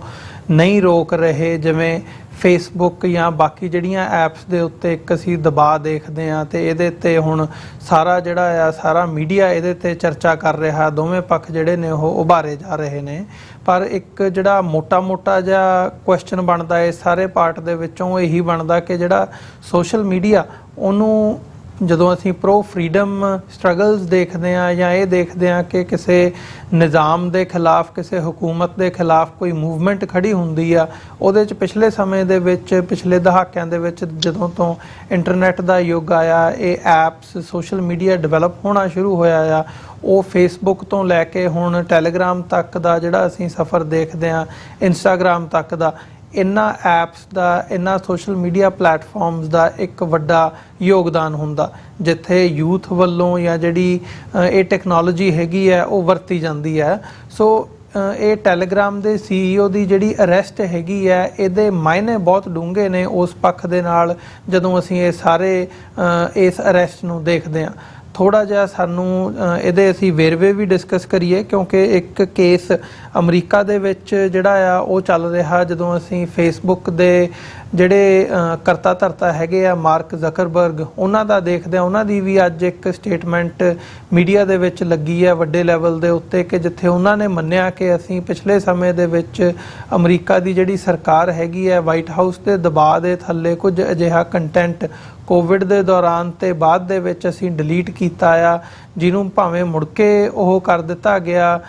ਪਰ ਉਹਨਾਂ ਨੇ ਦਬਾਅ ਮੰਨਿਆ। ਸੋ ਜਿਹਦੇ ਤੇ ਇਹ ਗੱਲ ਇੱਕ ਵੱਡਾ ਕੁਐਸਚਨ, ਵਾਈਡਰ ਕੁਐਸਚਨ ਬਣ ਜਾਂਦਾ ਕਿ ਕੀ ਜਿਹੜਾ ਸੋਸ਼ਲ ਮੀਡੀਆ, ਆਮ ਲੋਕ ਇਹ ਸਮਝਦੇ ਆ ਕਿ ਫ੍ਰੀ ਹੈ ਸੋਸ਼ਲ ਮੀਡੀਆ, ਤੁਸੀਂ ਇਹਦੇ ਤੇ ਜਾ ਕੇ ਕੋਈ ਵੀ ਗੱਲ, ਕੋਈ ਵੀ ਪੱਖ ਆਪਣਾ ਰੱਖ ਸਕਦੇ ਹੋ, freedom of speech, freedom of expression ਦੀ ਅਸੀਂ ਗੱਲ ਕਰਦੇ ਹਾਂ, ਪਰ ਹੁਣ ਉਹਦੇ ਤੇ ਇੱਕ ਵੱਡਾ ਕੁਐਸਚਨ ਮਾਰਕ ਲੱਗਦਾ ਨਜ਼ਰ ਆ ਰਿਹਾ ਹੈ। ਬਿਲਕੁਲ ਅਮਰਵੀਰ ਸਿੰਘ ਜੀ, ਦੇਖੋ ਸੋਸ਼ਲ ਮੀਡੀਆ ਦਾ ਜਿਹੜਾ ਇਹ ਯੁੱਗ ਆ, ਮਤਲਬ ਇੱਕ ਨੋਵਲ ਸੀ 1984, ਬੜਾ ਪੜ੍ਹਿਆ ਗਿਆ ਉਹ ਜੀ, ਤੇ ਉਹਦੇ ਵਿੱਚ ਮਤਲਬ ਇੱਕ ਬਿਗ ਬ੍ਰਦਰ ਦਾ ਕਨਸੈਪਟ ਸੀ ਕਿ ਜਿਹਦਾ ਆਈਡੀਆ ਸੀ ਕਿ ਸਰਵੇਲੈਂਸ ਦਾ, ਕਿ ਸਰਵੇਲੈਂਸ ਸਟੇਟ ਦਾ। ਤੇ ਪਹਿਲਾਂ ਮਤਲਬ ਪਿਛਲੇ ਲੰਮੇ ਸਮਿਆਂ ਤੋਂ ਜਿਹੜੀ ਕੋਈ ਵੀ ਕਹਿੰਦੇ ਆ ਕਿ ਜਿਹੜੀ ਐਸਟੈਬਲਿਸ਼ਮੈਂਟ ਆ ਜਾਂ ਕੋਈ ਰਾਜ ਆ, ਕੋਈ ਸਟੇਟ ਆ, ਉਹਨੂੰ ਚੱਲਦਾ ਰੱਖਣ ਦੇ ਲਈ ਇਹ ਬੜਾ ਜ਼ਰੂਰੀ ਹੁੰਦਾ ਕਿ ਜਿਹੜੀ ਉਹਦੀ ਸਰਵੇਲੈਂਸ ਆ ਲੋਕਾਂ ਦੇ ਉੱਤੇ, ਕਿ ਉਹ ਮਜ਼ਬੂਤ ਹੋਵੇ, ਕਿ ਉਹ ਕੁਝ ਵੀ ਘਟਨਾ ਵਾਪਰਨ ਤੋਂ ਪਹਿਲਾਂ ਇਹ ਅੰਦਾਜ਼ਾ ਲਾ ਸਕੇ ਕਿ ਸਮਾਜ ਦੇ ਵਿੱਚ ਉਹਦੇ ਬਾਰੇ, ਉਸ ਰਾਜ ਬਾਰੇ, ਉਸ ਸਟੇਟ ਬਾਰੇ ਕੀ ਚੱਲ ਰਿਹਾ ਜਾਂ ਉਹਦੇ ਖਿਲਾਫ ਕੀ ਚੱਲ ਰਿਹਾ, ਤਾਂ ਕਿ ਇਹਨੂੰ ਰੋਕਿਆ ਜਾ ਸਕੇ ਜੀ। ਤੇ ਮਤਲਬ ਇਹ ਗੱਲ ਹੁੰਦੀ ਹੈ ਕਿ ਸਟੇਟ ਬਣਾਉਣੀ ਵੱਡੀ ਗੱਲ ਨਹੀਂ, ਸਟੇਟ ਨੂੰ ਰਨ ਕਰਨਾ, ਉਹਨੂੰ ਪ੍ਰੋਟੈਕਟ ਕਰਨਾ ਉਹਦੇ ਨਾਲ ਹੀ ਵੱਡੀ ਗੱਲ ਹੁੰਦੀ ਹੈ। ਤੇ ਉਹਦੇ 'ਚ ਸਰਵੇਲੈਂਸ ਹਮੇਸ਼ਾ ਇੱਕ ਇੰਪੋਰਟੈਂਟ ਪਾਰਟ ਰਹੀ ਆ। ਤੇ ਦੁਨੀਆ ਦੇ ਵਿੱਚ ਵੱਡੀ ਜਿਹੜੀ ਇਲੈਕਟ੍ਰੋਨਿਕ ਤਬਦੀਲੀ ਆਈ ਆ, ਉਹਦੇ ਨਾਲ ਅਸੀਂ ਦੇਖਿਆ ਕਿ ਕਿਵੇਂ ਮਤਲਬ ਜੇ ਕਹਿਣਾ ਹੋਵੇ ਤਾਂ 20ਵੀਂ ਸਦੀ ਦਾ ਜਿਹੜਾ ਆਖਰੀ ਅੱਧ ਸੀ, ਉਹਦੇ ਵਿੱਚ ਬੜੀ ਤੇਜ਼ੀ ਦੇ ਨਾਲ ਟੈਕਨੋਲੋਜੀ ਦੇ ਵਿੱਚ ਤਬਦੀਲੀ ਆਈ। ਤੇ ਖਾਸ ਤੌਰ ਤੇ 1990 ਤੋਂ ਬਾਅਦ, ਤੇ 1990 ਤੋਂ ਬਾਅਦ ਤੇ ਉਸ ਦੇ ਵਿੱਚ ਜਿਹੜੀ ਸਰਵੇਲੈਂਸ ਆ ਉਹਦਾ ਤੌਰ ਤਰੀਕਾ ਬਦਲ ਗਿਆ ਜੀ। ਹੁਣ ਆਰਟੀਫਿਸ਼ੀਅਲ ਇੰਟੈਲੀਜੈਂਸ ਆ ਗਈ ਆ ਤੇ ਚੀਜ਼ਾਂ ਹੋਰ ਜ਼ਿਆਦਾ ਖਤਰਨਾਕ ਪੱਧਰ ਤੇ ਪਹੁੰਚ ਗਈਆਂ। ਪਰ ਇਹ ਸਾਰੇ ਸਫ਼ਰ ਦੇ ਵਿੱਚ ਜਿਹੜੀ ਸਭ ਤੋਂ ਅੱਜ ਅਸੀਂ ਕਹਿ ਸਕਦੇ ਹਾਂ ਕਿ ਹਿਊਮਨ ਨੂੰ ਕੰਟਰੋਲ ਕਰ ਰਹੀ ਚੀਜ਼ ਆ, ਹਿਊਮਨ ਦੀ ਸਾਈਕੀ ਨੂੰ ਜਿਹੜੀ ਚੀਜ਼ ਕੰਟਰੋਲ ਕਰ ਰਹੀ ਆ, ਉਹ ਸੋਸ਼ਲ ਮੀਡੀਆ ਆ। ਤੇ ਸੋਸ਼ਲ ਮੀਡੀਆ ਮਤਲਬ ਜਿਹੜੀਆਂ ਇਹ ਅਰੈਸਟ ਹੋਈਆਂ ਨੇ ਜਾਂ ਫੇਸਬੁੱਕ ਤੋਂ ਇਹ ਬਿਆਨ ਆਇਆ, ਖਾਸ ਤੌਰ ਤੇ ਜਿਹੜੇ ਇਹਦੇ ਆਪਣਾ ਹੈਗੇ ਨੇ ਫਾਊਂਡਰ ਪਾਵੇਲ ਦੁਰੋਵ ਜਿਹੜੇ ਟੈਲੀਗ੍ਰਾਮ ਦੇ, ਉਹਨਾਂ ਦੀ ਜਿਹੜੀ ਅਰੈਸਟ ਆ, ਇਹਨੂੰ ਰਸ਼ੀਆ ਨੇ ਇੱਕ ਪੋਲੀਟੀਕਲ ਅਰੈਸਟ ਕੰਸੀਡਰ ਕੀਤਾ। ਹਾਲਾਂਕਿ ਫਰਾਂਸ ਦੇ ਜਿਹੜੇ ਮੈਕਰੋਨ ਨੇ, ਉਹਨਾਂ ਨੇ ਸਟੇਟਮੈਂਟ ਦਿੱਤੀ ਹੈ ਕਿ ਇਹਦੇ ਪਿੱਛੇ ਕੋਈ ਪੋਲੀਟੀਕਲ ਰੀਜ਼ਨ ਨਹੀਂ ਆ ਤੇ ਇਹ ਜਸਟ ਲਾ ਜਿਹੜਾ ਆ ਉਸ ਮੁਤਾਬਕ ਕਾਰਵਾਈ ਕੀਤੀ ਗਈ ਆ। ਹੁਣ ਜਿਹੜਾ ਰਸ਼ੀਆ ਦੀ ਸਟੇਟਮੈਂਟ ਹੈ ਕਿ ਪੋਲੀਟੀਕਲ ਅਰੈਸਟ ਆ, ਤੇ ਉਹਨਾਂ ਦੇ ਜਿਹੜੇ ਫੋਰਨ ਮਿਨਿਸਟਰ ਆ, ਉਹਨਾਂ ਇੱਕ ਕੰਪਨੀ ਦੇ ਮਾਲਕ ਦੀ ਇਸ ਤਰੀਕੇ ਨਾਲ ਅਰੈਸਟ ਦੇ ਉੱਤੇ ਸਟੇਟਮੈਂਟ ਦਿੱਤੀ ਆ, ਤਾਂ ਇਹ ਤੋਂ ਇਹ ਗੱਲ ਸਪਸ਼ਟ ਹੁੰਦੀ ਆ ਅਮਰਵੀਰ ਸਿੰਘ ਜੀ, ਜਿਹੜੀ ਕਿ ਬੜੀ ਸਮਝਣ ਵਾਲੀ ਗੱਲ ਆ, ਕਿ ਜਿਹੜਾ ਇਹ ਸੋਸ਼ਲ ਮੀਡੀਆ ਆ, ਇਹ ਅੱਜ ਦੇ ਜ਼ਮਾਨੇ ਦੇ ਵਿੱਚ ਇੱਕ ਇਨਫੋਰਮੇਸ਼ਨ ਦਾ ਟੂਲ ਨਹੀਂ, ਇੱਕ ਹਥਿਆਰ। ਕਿ ਜਿਹੜੇ ਉਹਦੇ ਫਾਊਂਡਰ ਨੇ, ਉਹਨਾਂ ਦੀ ਇੰਪੋਰਟੈਂਸ ਕੀ ਆ, ਤੁਸੀਂ ਦੇਖੋ ਕਿ ਅੱਜ ਕੱਲ੍ਹ ਦੇ ਟਾਈਮ ਦੇ ਵਿੱਚ ਡਾਟਾ ਜਿਹੜਾ ਆ ਉਹ ਸਭ ਤੋਂ ਵੱਡਾ ਹਥਿਆਰ ਆ। ਤੇ ਸਭ ਤੋਂ ਵੱਧ ਡਾਟਾ ਜਿਹੜਾ ਆ ਉਹ ਇਹ ਸੋਸ਼ਲ ਮੀਡੀਆ ਸਾਈਟਾਂ ਸਟੋਰ ਕਰੀ ਬੈਠੀਆਂ ਨੇ ਲੋਕਾਂ ਦਾ ਜੀ। ਤੇ ਉਸ ਡਾਟਾ ਨੂੰ ਯੂਜ਼ ਕਰਕੇ, ਇਹਨੂੰ ਐਨਾਲਾਈਜ਼ ਕਰਕੇ, ਤੇ ਫਿਰ ਕਿਵੇਂ ਲੋਕਾਂ ਨੂੰ ਕਿਸੇ ਵੀ ਪਾਸੇ ਨੂੰ ਤੋਰਨਾ ਆ। ਮਤਲਬ ਇਹ ਇੱਕ ਅਸੀਂ ਕਹਾਣੀ ਪੜ੍ਹਦੇ ਹੁੰਦੇ ਸੀ ਕਿ ਇੱਕ ਜਿਹੜਾ ਸ਼ਹਿਰ ਆ, ਉਹਦੇ 'ਚ ਚੂਹਿਆਂ ਦੀ ਇੰਨੀ ਜ਼ਿਆਦਾ ਭਰਮਾਰ ਹੋ ਜਾਂਦੀ ਆ ਵੀ ਉਹ ਕਾਬੂ ਨਹੀਂ ਆਉਂਦੇ, ਤੇ ਫਿਰ ਉਹ ਚੂਹਿਆਂ ਨੂੰ ਕਾਬੂ ਕਰਨ ਦੇ ਲਈ ਇੱਕ ਜਿਹੜਾ ਬਾਂਸਰੀ ਵਜਾਉਣ ਵਾਲਾ ਬੰਦਾ ਲਿਆਂਦਾ ਜਾਂਦਾ। ਉਹ ਬਾਂਸਰੀ ਇਹੋ ਜਿਹੀ ਧੁਨ 'ਚ ਵਜਾਉਂਦਾ ਕਿ ਜਿਹੜੇ ਚੂਹੇ ਆ ਉਹਦੀ ਧੁਨ ਦੇ ਵਿੱਚ ਜਿਹੜੇ ਆ ਮਤਲਬ ਹੋ ਜਾਂਦੇ, ਐਡਿਕਟ ਹੋ ਜਾਂਦੇ ਉਹਦੀ ਧੁਨ ਦੇ ਨਾਲ, ਤੇ ਉਹ ਜਿੱਥੇ ਚਾਹੁੰਦਾ ਉਹਨਾਂ ਨੂੰ ਖਿੱਚ ਕੇ ਲੈ ਜਾਂਦਾ। ਤਾਂ ਅੱਜ ਵੀ ਸੋਸ਼ਲ ਮੀਡੀਆ ਦੇ ਜਿਹੜੇ ਐਲਗੋਰਿਦਮਸ ਆ ਉਹ ਇਸੇ ਤਰੀਕੇ ਨਾਲ ਕੰਮ ਕਰਦੇ ਆ। ਇਹ ਸੋਸ਼ਲ ਮੀਡੀਆ ਜਿਹੜੀ ਸੱਚਾਈ ਯੂਜ਼ਰਸ ਨੂੰ ਦਿਖਾਉਂਦਾ ਆ, ਉਹ ਮਤਲਬ ਸੋਸ਼ਲ ਮੀਡੀਆ ਕੰਪਨੀ ਦਾ ਜਿਹੜਾ ਮਾਲਕ ਆ ਉਹ ਇਹ ਤੈਅ ਕਰ ਸਕਦਾ ਆ ਕਿ ਉਹਨੇ ਦੁਨੀਆ ਨੂੰ ਕੀ ਜਚਾਉਣਾ, ਕਿ ਕੀ ਸੱਚ ਆ ਤੇ ਕੀ ਝੂਠ ਆ। ਕਿ ਉਹ ਐਲਗੋਰਿਦਮਸ ਦੇ ਨਾਲ ਲੋਕਾਂ ਦੇ ਅੱਗੇ ਉਹੀ ਕੰਟੈਂਟ ਪੇਸ਼ ਕਰੂੰਗਾ ਕਿ ਜਿੱਤੋਂ ਜਿਹੜਾ ਉਹ ਚਾਹੁੰਦਾ ਆ, ਜਿਹਨੂੰ ਲੋਕ ਇਹ ਮੰਨਣ ਕਿ ਹਾਂ ਇਹੀ ਚੀਜ਼ ਜਿਹੜੀ ਆ ਉਹ ਅਸਲ ਸੱਚ ਆ। ਕਿਉਂਕਿ ਉਹ ਅਸਲ ਸੱਚ ਅੱਜ ਬੰਦਾ ਬਾਹਰ ਦੀ ਰਿਐਲਿਟੀ ਨਾਲ ਟੁੱਟ ਕੇ ਸਿਰਫ ਆਪਣੀ ਡਿਵਾਈਸ ਦੀ ਰਿਐਲਿਟੀ ਚੋਂ ਸਮਝ ਰਿਹਾ ਹੈ ਜੀ।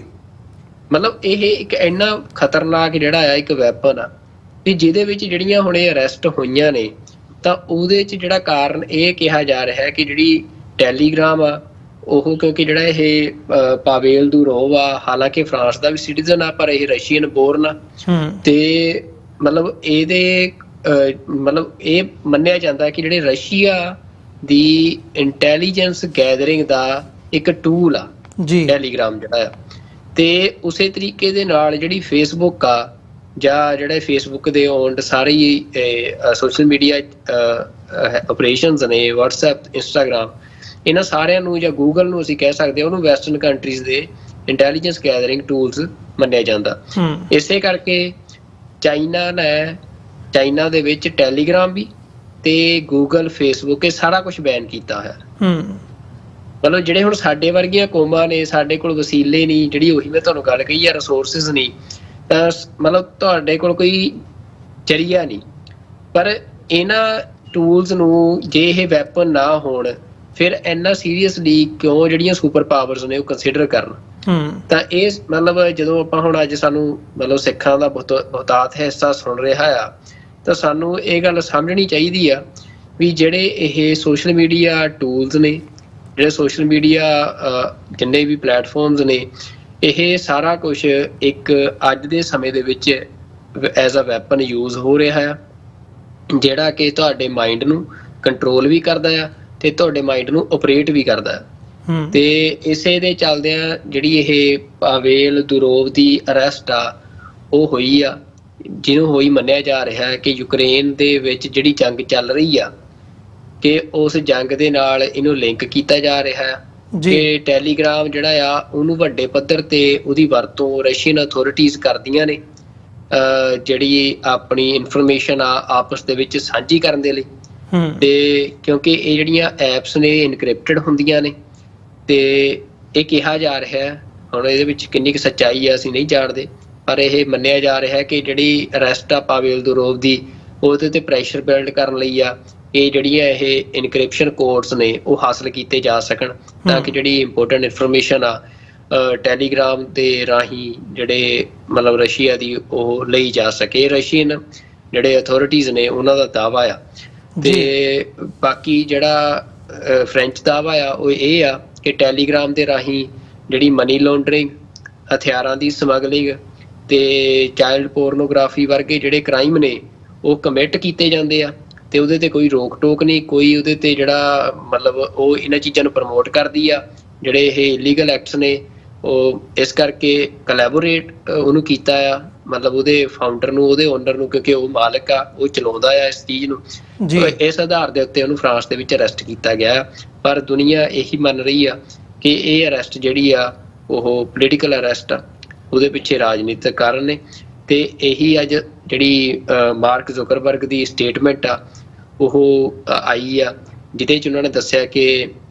ਇਹ ਦਾਅਵਾ ਕੀਤਾ ਹੈ ਕਿ ਵਾਈਟ ਹਾਊਸ ਨੇ ਉਹਨਾਂ ਨੂੰ ਪ੍ਰੈਸ਼ਰਾਈਜ਼ ਕੀਤਾ ਕਿ ਉਹ ਜਿਹੜਾ ਸਰਟਨ ਕੰਟੈਂਟ ਆ ਕੋਵਿਡ ਨੂੰ ਲੈ ਕੇ, ਜਾਂ ਫਿਰ ਜਿਹੜੇ ਬਾਈਡਨ ਦਾ ਮੁੰਡਾ ਸੀ ਉਹਦੀ ਜਿਹੜੀ ਸਾਰੀ ਹੈਗੀ ਸੀ ਉਹਦੇ ਬਾਰੇ ਇਨਫੋਰਮੇਸ਼ਨ ਨੂੰ ਲੈ ਕੇ ਉਹ ਹਟਾਉਣ ਲਈ ਉਹਨਾਂ ਨੂੰ ਪ੍ਰੈਸ਼ਰਾਈਜ਼ ਕੀਤਾ ਗਿਆ। ਤੇ ਮਾਰਕ ਜ਼ੁਕਰਬਰਗ ਨੇ ਇਹ ਮੰਨਿਆ ਹੈ ਕਿ ਅਸੀਂ ਇਹ ਹਟਾਇਆ ਕੰਟੈਂਟ, ਜਿਹੜਾ ਕਿ ਸਾਨੂੰ ਅੱਜ ਲੱਗਦਾ ਕਿ ਨਹੀਂ ਹਟਾਉਣਾ ਚਾਹੀਦਾ ਸੀ, ਤੇ ਅਸੀਂ ਅੱਗੇ ਵਾਸਤੇ ਮਤਲਬ ਇਹ ਤੈਅ ਕੀਤਾ ਹੈ ਕਿ ਅਸੀਂ ਸਰਕਾਰਾਂ ਦੇ ਪ੍ਰੈਸ਼ਰ ਅੱਗੇ ਆ ਕੇ ਕੋਈ ਵੀ ਚੀਜ਼ ਇਸ ਤਰੀਕੇ ਦੀ ਨਹੀਂ ਕਰਾਂਗੇ ਕਿ ਜਿਹੜੀ ਫ੍ਰੀडम ਆਫ ਐਕਸਪ੍ਰੈਸ਼ਨ ਤੇ ਅਟੈਕ ਹੋਵੇ। ਤੇ ਪਰ ਅਮਰਵੀਰ ਸਿੰਘ ਜੀ ਇਹ ਮਤਲਬ ਅਸੀਂ ਤਾਂ ਸਭ ਤੋਂ ਵੱਧ ਸ਼ਿਕਾਰ ਆ ਇਹਦਾ, ਭਾਵੇਂ ਉਹ TV84 ਹੋਵੇ, ਭਾਵੇਂ ਉਹ ਸਿੱਖ ਹੋਰ ਮੀਡੀਆ ਆਊਟਲੈਟ ਹੋਣ, ਵੀ ਜਿਸ ਤਰੀਕੇ ਦੇ ਨਾਲ ਜਿਹੜੀ ਸਿੱਖਾਂ ਦੀ ਆਵਾਜ਼ ਨੂੰ ਫੇਸਬੁੱਕ ਤੋਂ ਲੈ ਕੇ ਟਵਿੱਟਰ ਤੱਕ ਜਿੰਨੇ ਸੋਸ਼ਲ ਮੀਡੀਆ ਪਲੇਟਫਾਰਮਸ ਨੇ ਉਹਨਾਂ ਦੇ ਉੱਤੇ ਦਬਾਇਆ ਜਾਂਦਾ ਆ, ਤਾਂ ਅਸੀਂ ਸਾਰਾ ਕੁਝ ਸਹਿ ਚੁੱਕੇ ਆ ਤੇ ਸਹਿ ਰਹੇ ਆ। ਤਾਂ ਇਹਦੇ ਵਿੱਚ ਇਹ ਗੱਲ ਸਪਸ਼ਟ ਆ ਕਿ ਜਿਹੜੀ ਇਨਕ੍ਰਿਪਸ਼ਨ ਆ, ਜਿਹੜੀ ਸੇਫਟੀ ਵੀ ਆ ਡਾਟਾ ਦੀ, ਤਾਂ ਉਹ ਇਨਕ੍ਰਿਪਸ਼ਨ ਮਾਲਕ ਦੇ ਕੋਲ ਆ। ਮਤਲਬ ਜਿਹੜਾ ਮਾਲਕ ਆ ਉਹਨੂੰ ਸਾਰਾ ਕੁਝ ਪਤਾ ਆ, ਉਹਦੇ ਕੋਲ ਸਾਰਾ ਡਾਟਾ ਸਟੋਰ ਆ। ਇਨਕ੍ਰਿਪਸ਼ਨ ਦਾ ਮਤਲਬ ਇਹ ਆ ਵੀ ਉਹਨੇ ਦੇਣਾ ਕਿਹਨੂੰ ਆ, ਸਿਰਫ ਇਹ ਇੰਨੀ ਕੁ ਗੱਲ ਆ। ਪਰ ਇਹ ਮਤਲਬ ਜਿਹੜੀਆਂ ਤਾਲਿਬਾਨਾਂ ਬਾਰੇ ਇਹ ਗੱਲ ਬੜੀ ਆਮ ਮਸ਼ਹੂਰ ਸੀ ਕਿ ਜਿਹੜੇ ਤਾਲਿਬਾਨ ਦੇ ਲੜਾਕੇ ਸੀ ਉਹ ਇਹ ਜਿਹੜੇ ਸੈਟੇਲਾਈਟ ਫੋਨ ਆਏ ਸੀ ਇਹਨਾਂ ਨੂੰ ਉਹਨਾਂ ਨੇ ਕਦੇ ਨਹੀਂ ਵਰਤਿਆ ਜੀ, ਕਿਉਂਕਿ ਉਹਨਾਂ ਦਾ ਇਹ ਮੰਨਣਾ ਸੀ ਕਿ ਇਹ ਇੰਟੈਲੀਜੈਂਸ ਟੂਲਸ ਨੇ ਜਿਨ੍ਹਾਂ ਦੇ ਖਿਲਾਫ ਉਹ ਲੜ ਰਹੇ ਆ ਉਹਨਾਂ ਦੇ, ਤੇ ਇਸ ਕਰਕੇ ਮਤਲਬ ਉਹ ਇਹਨਾਂ ਤੋਂ ਹਮੇਸ਼ਾ ਦੂਰ ਰਹੇ। ਪਰ ਅੱਜ ਦੇ ਸਮੇਂ 'ਚ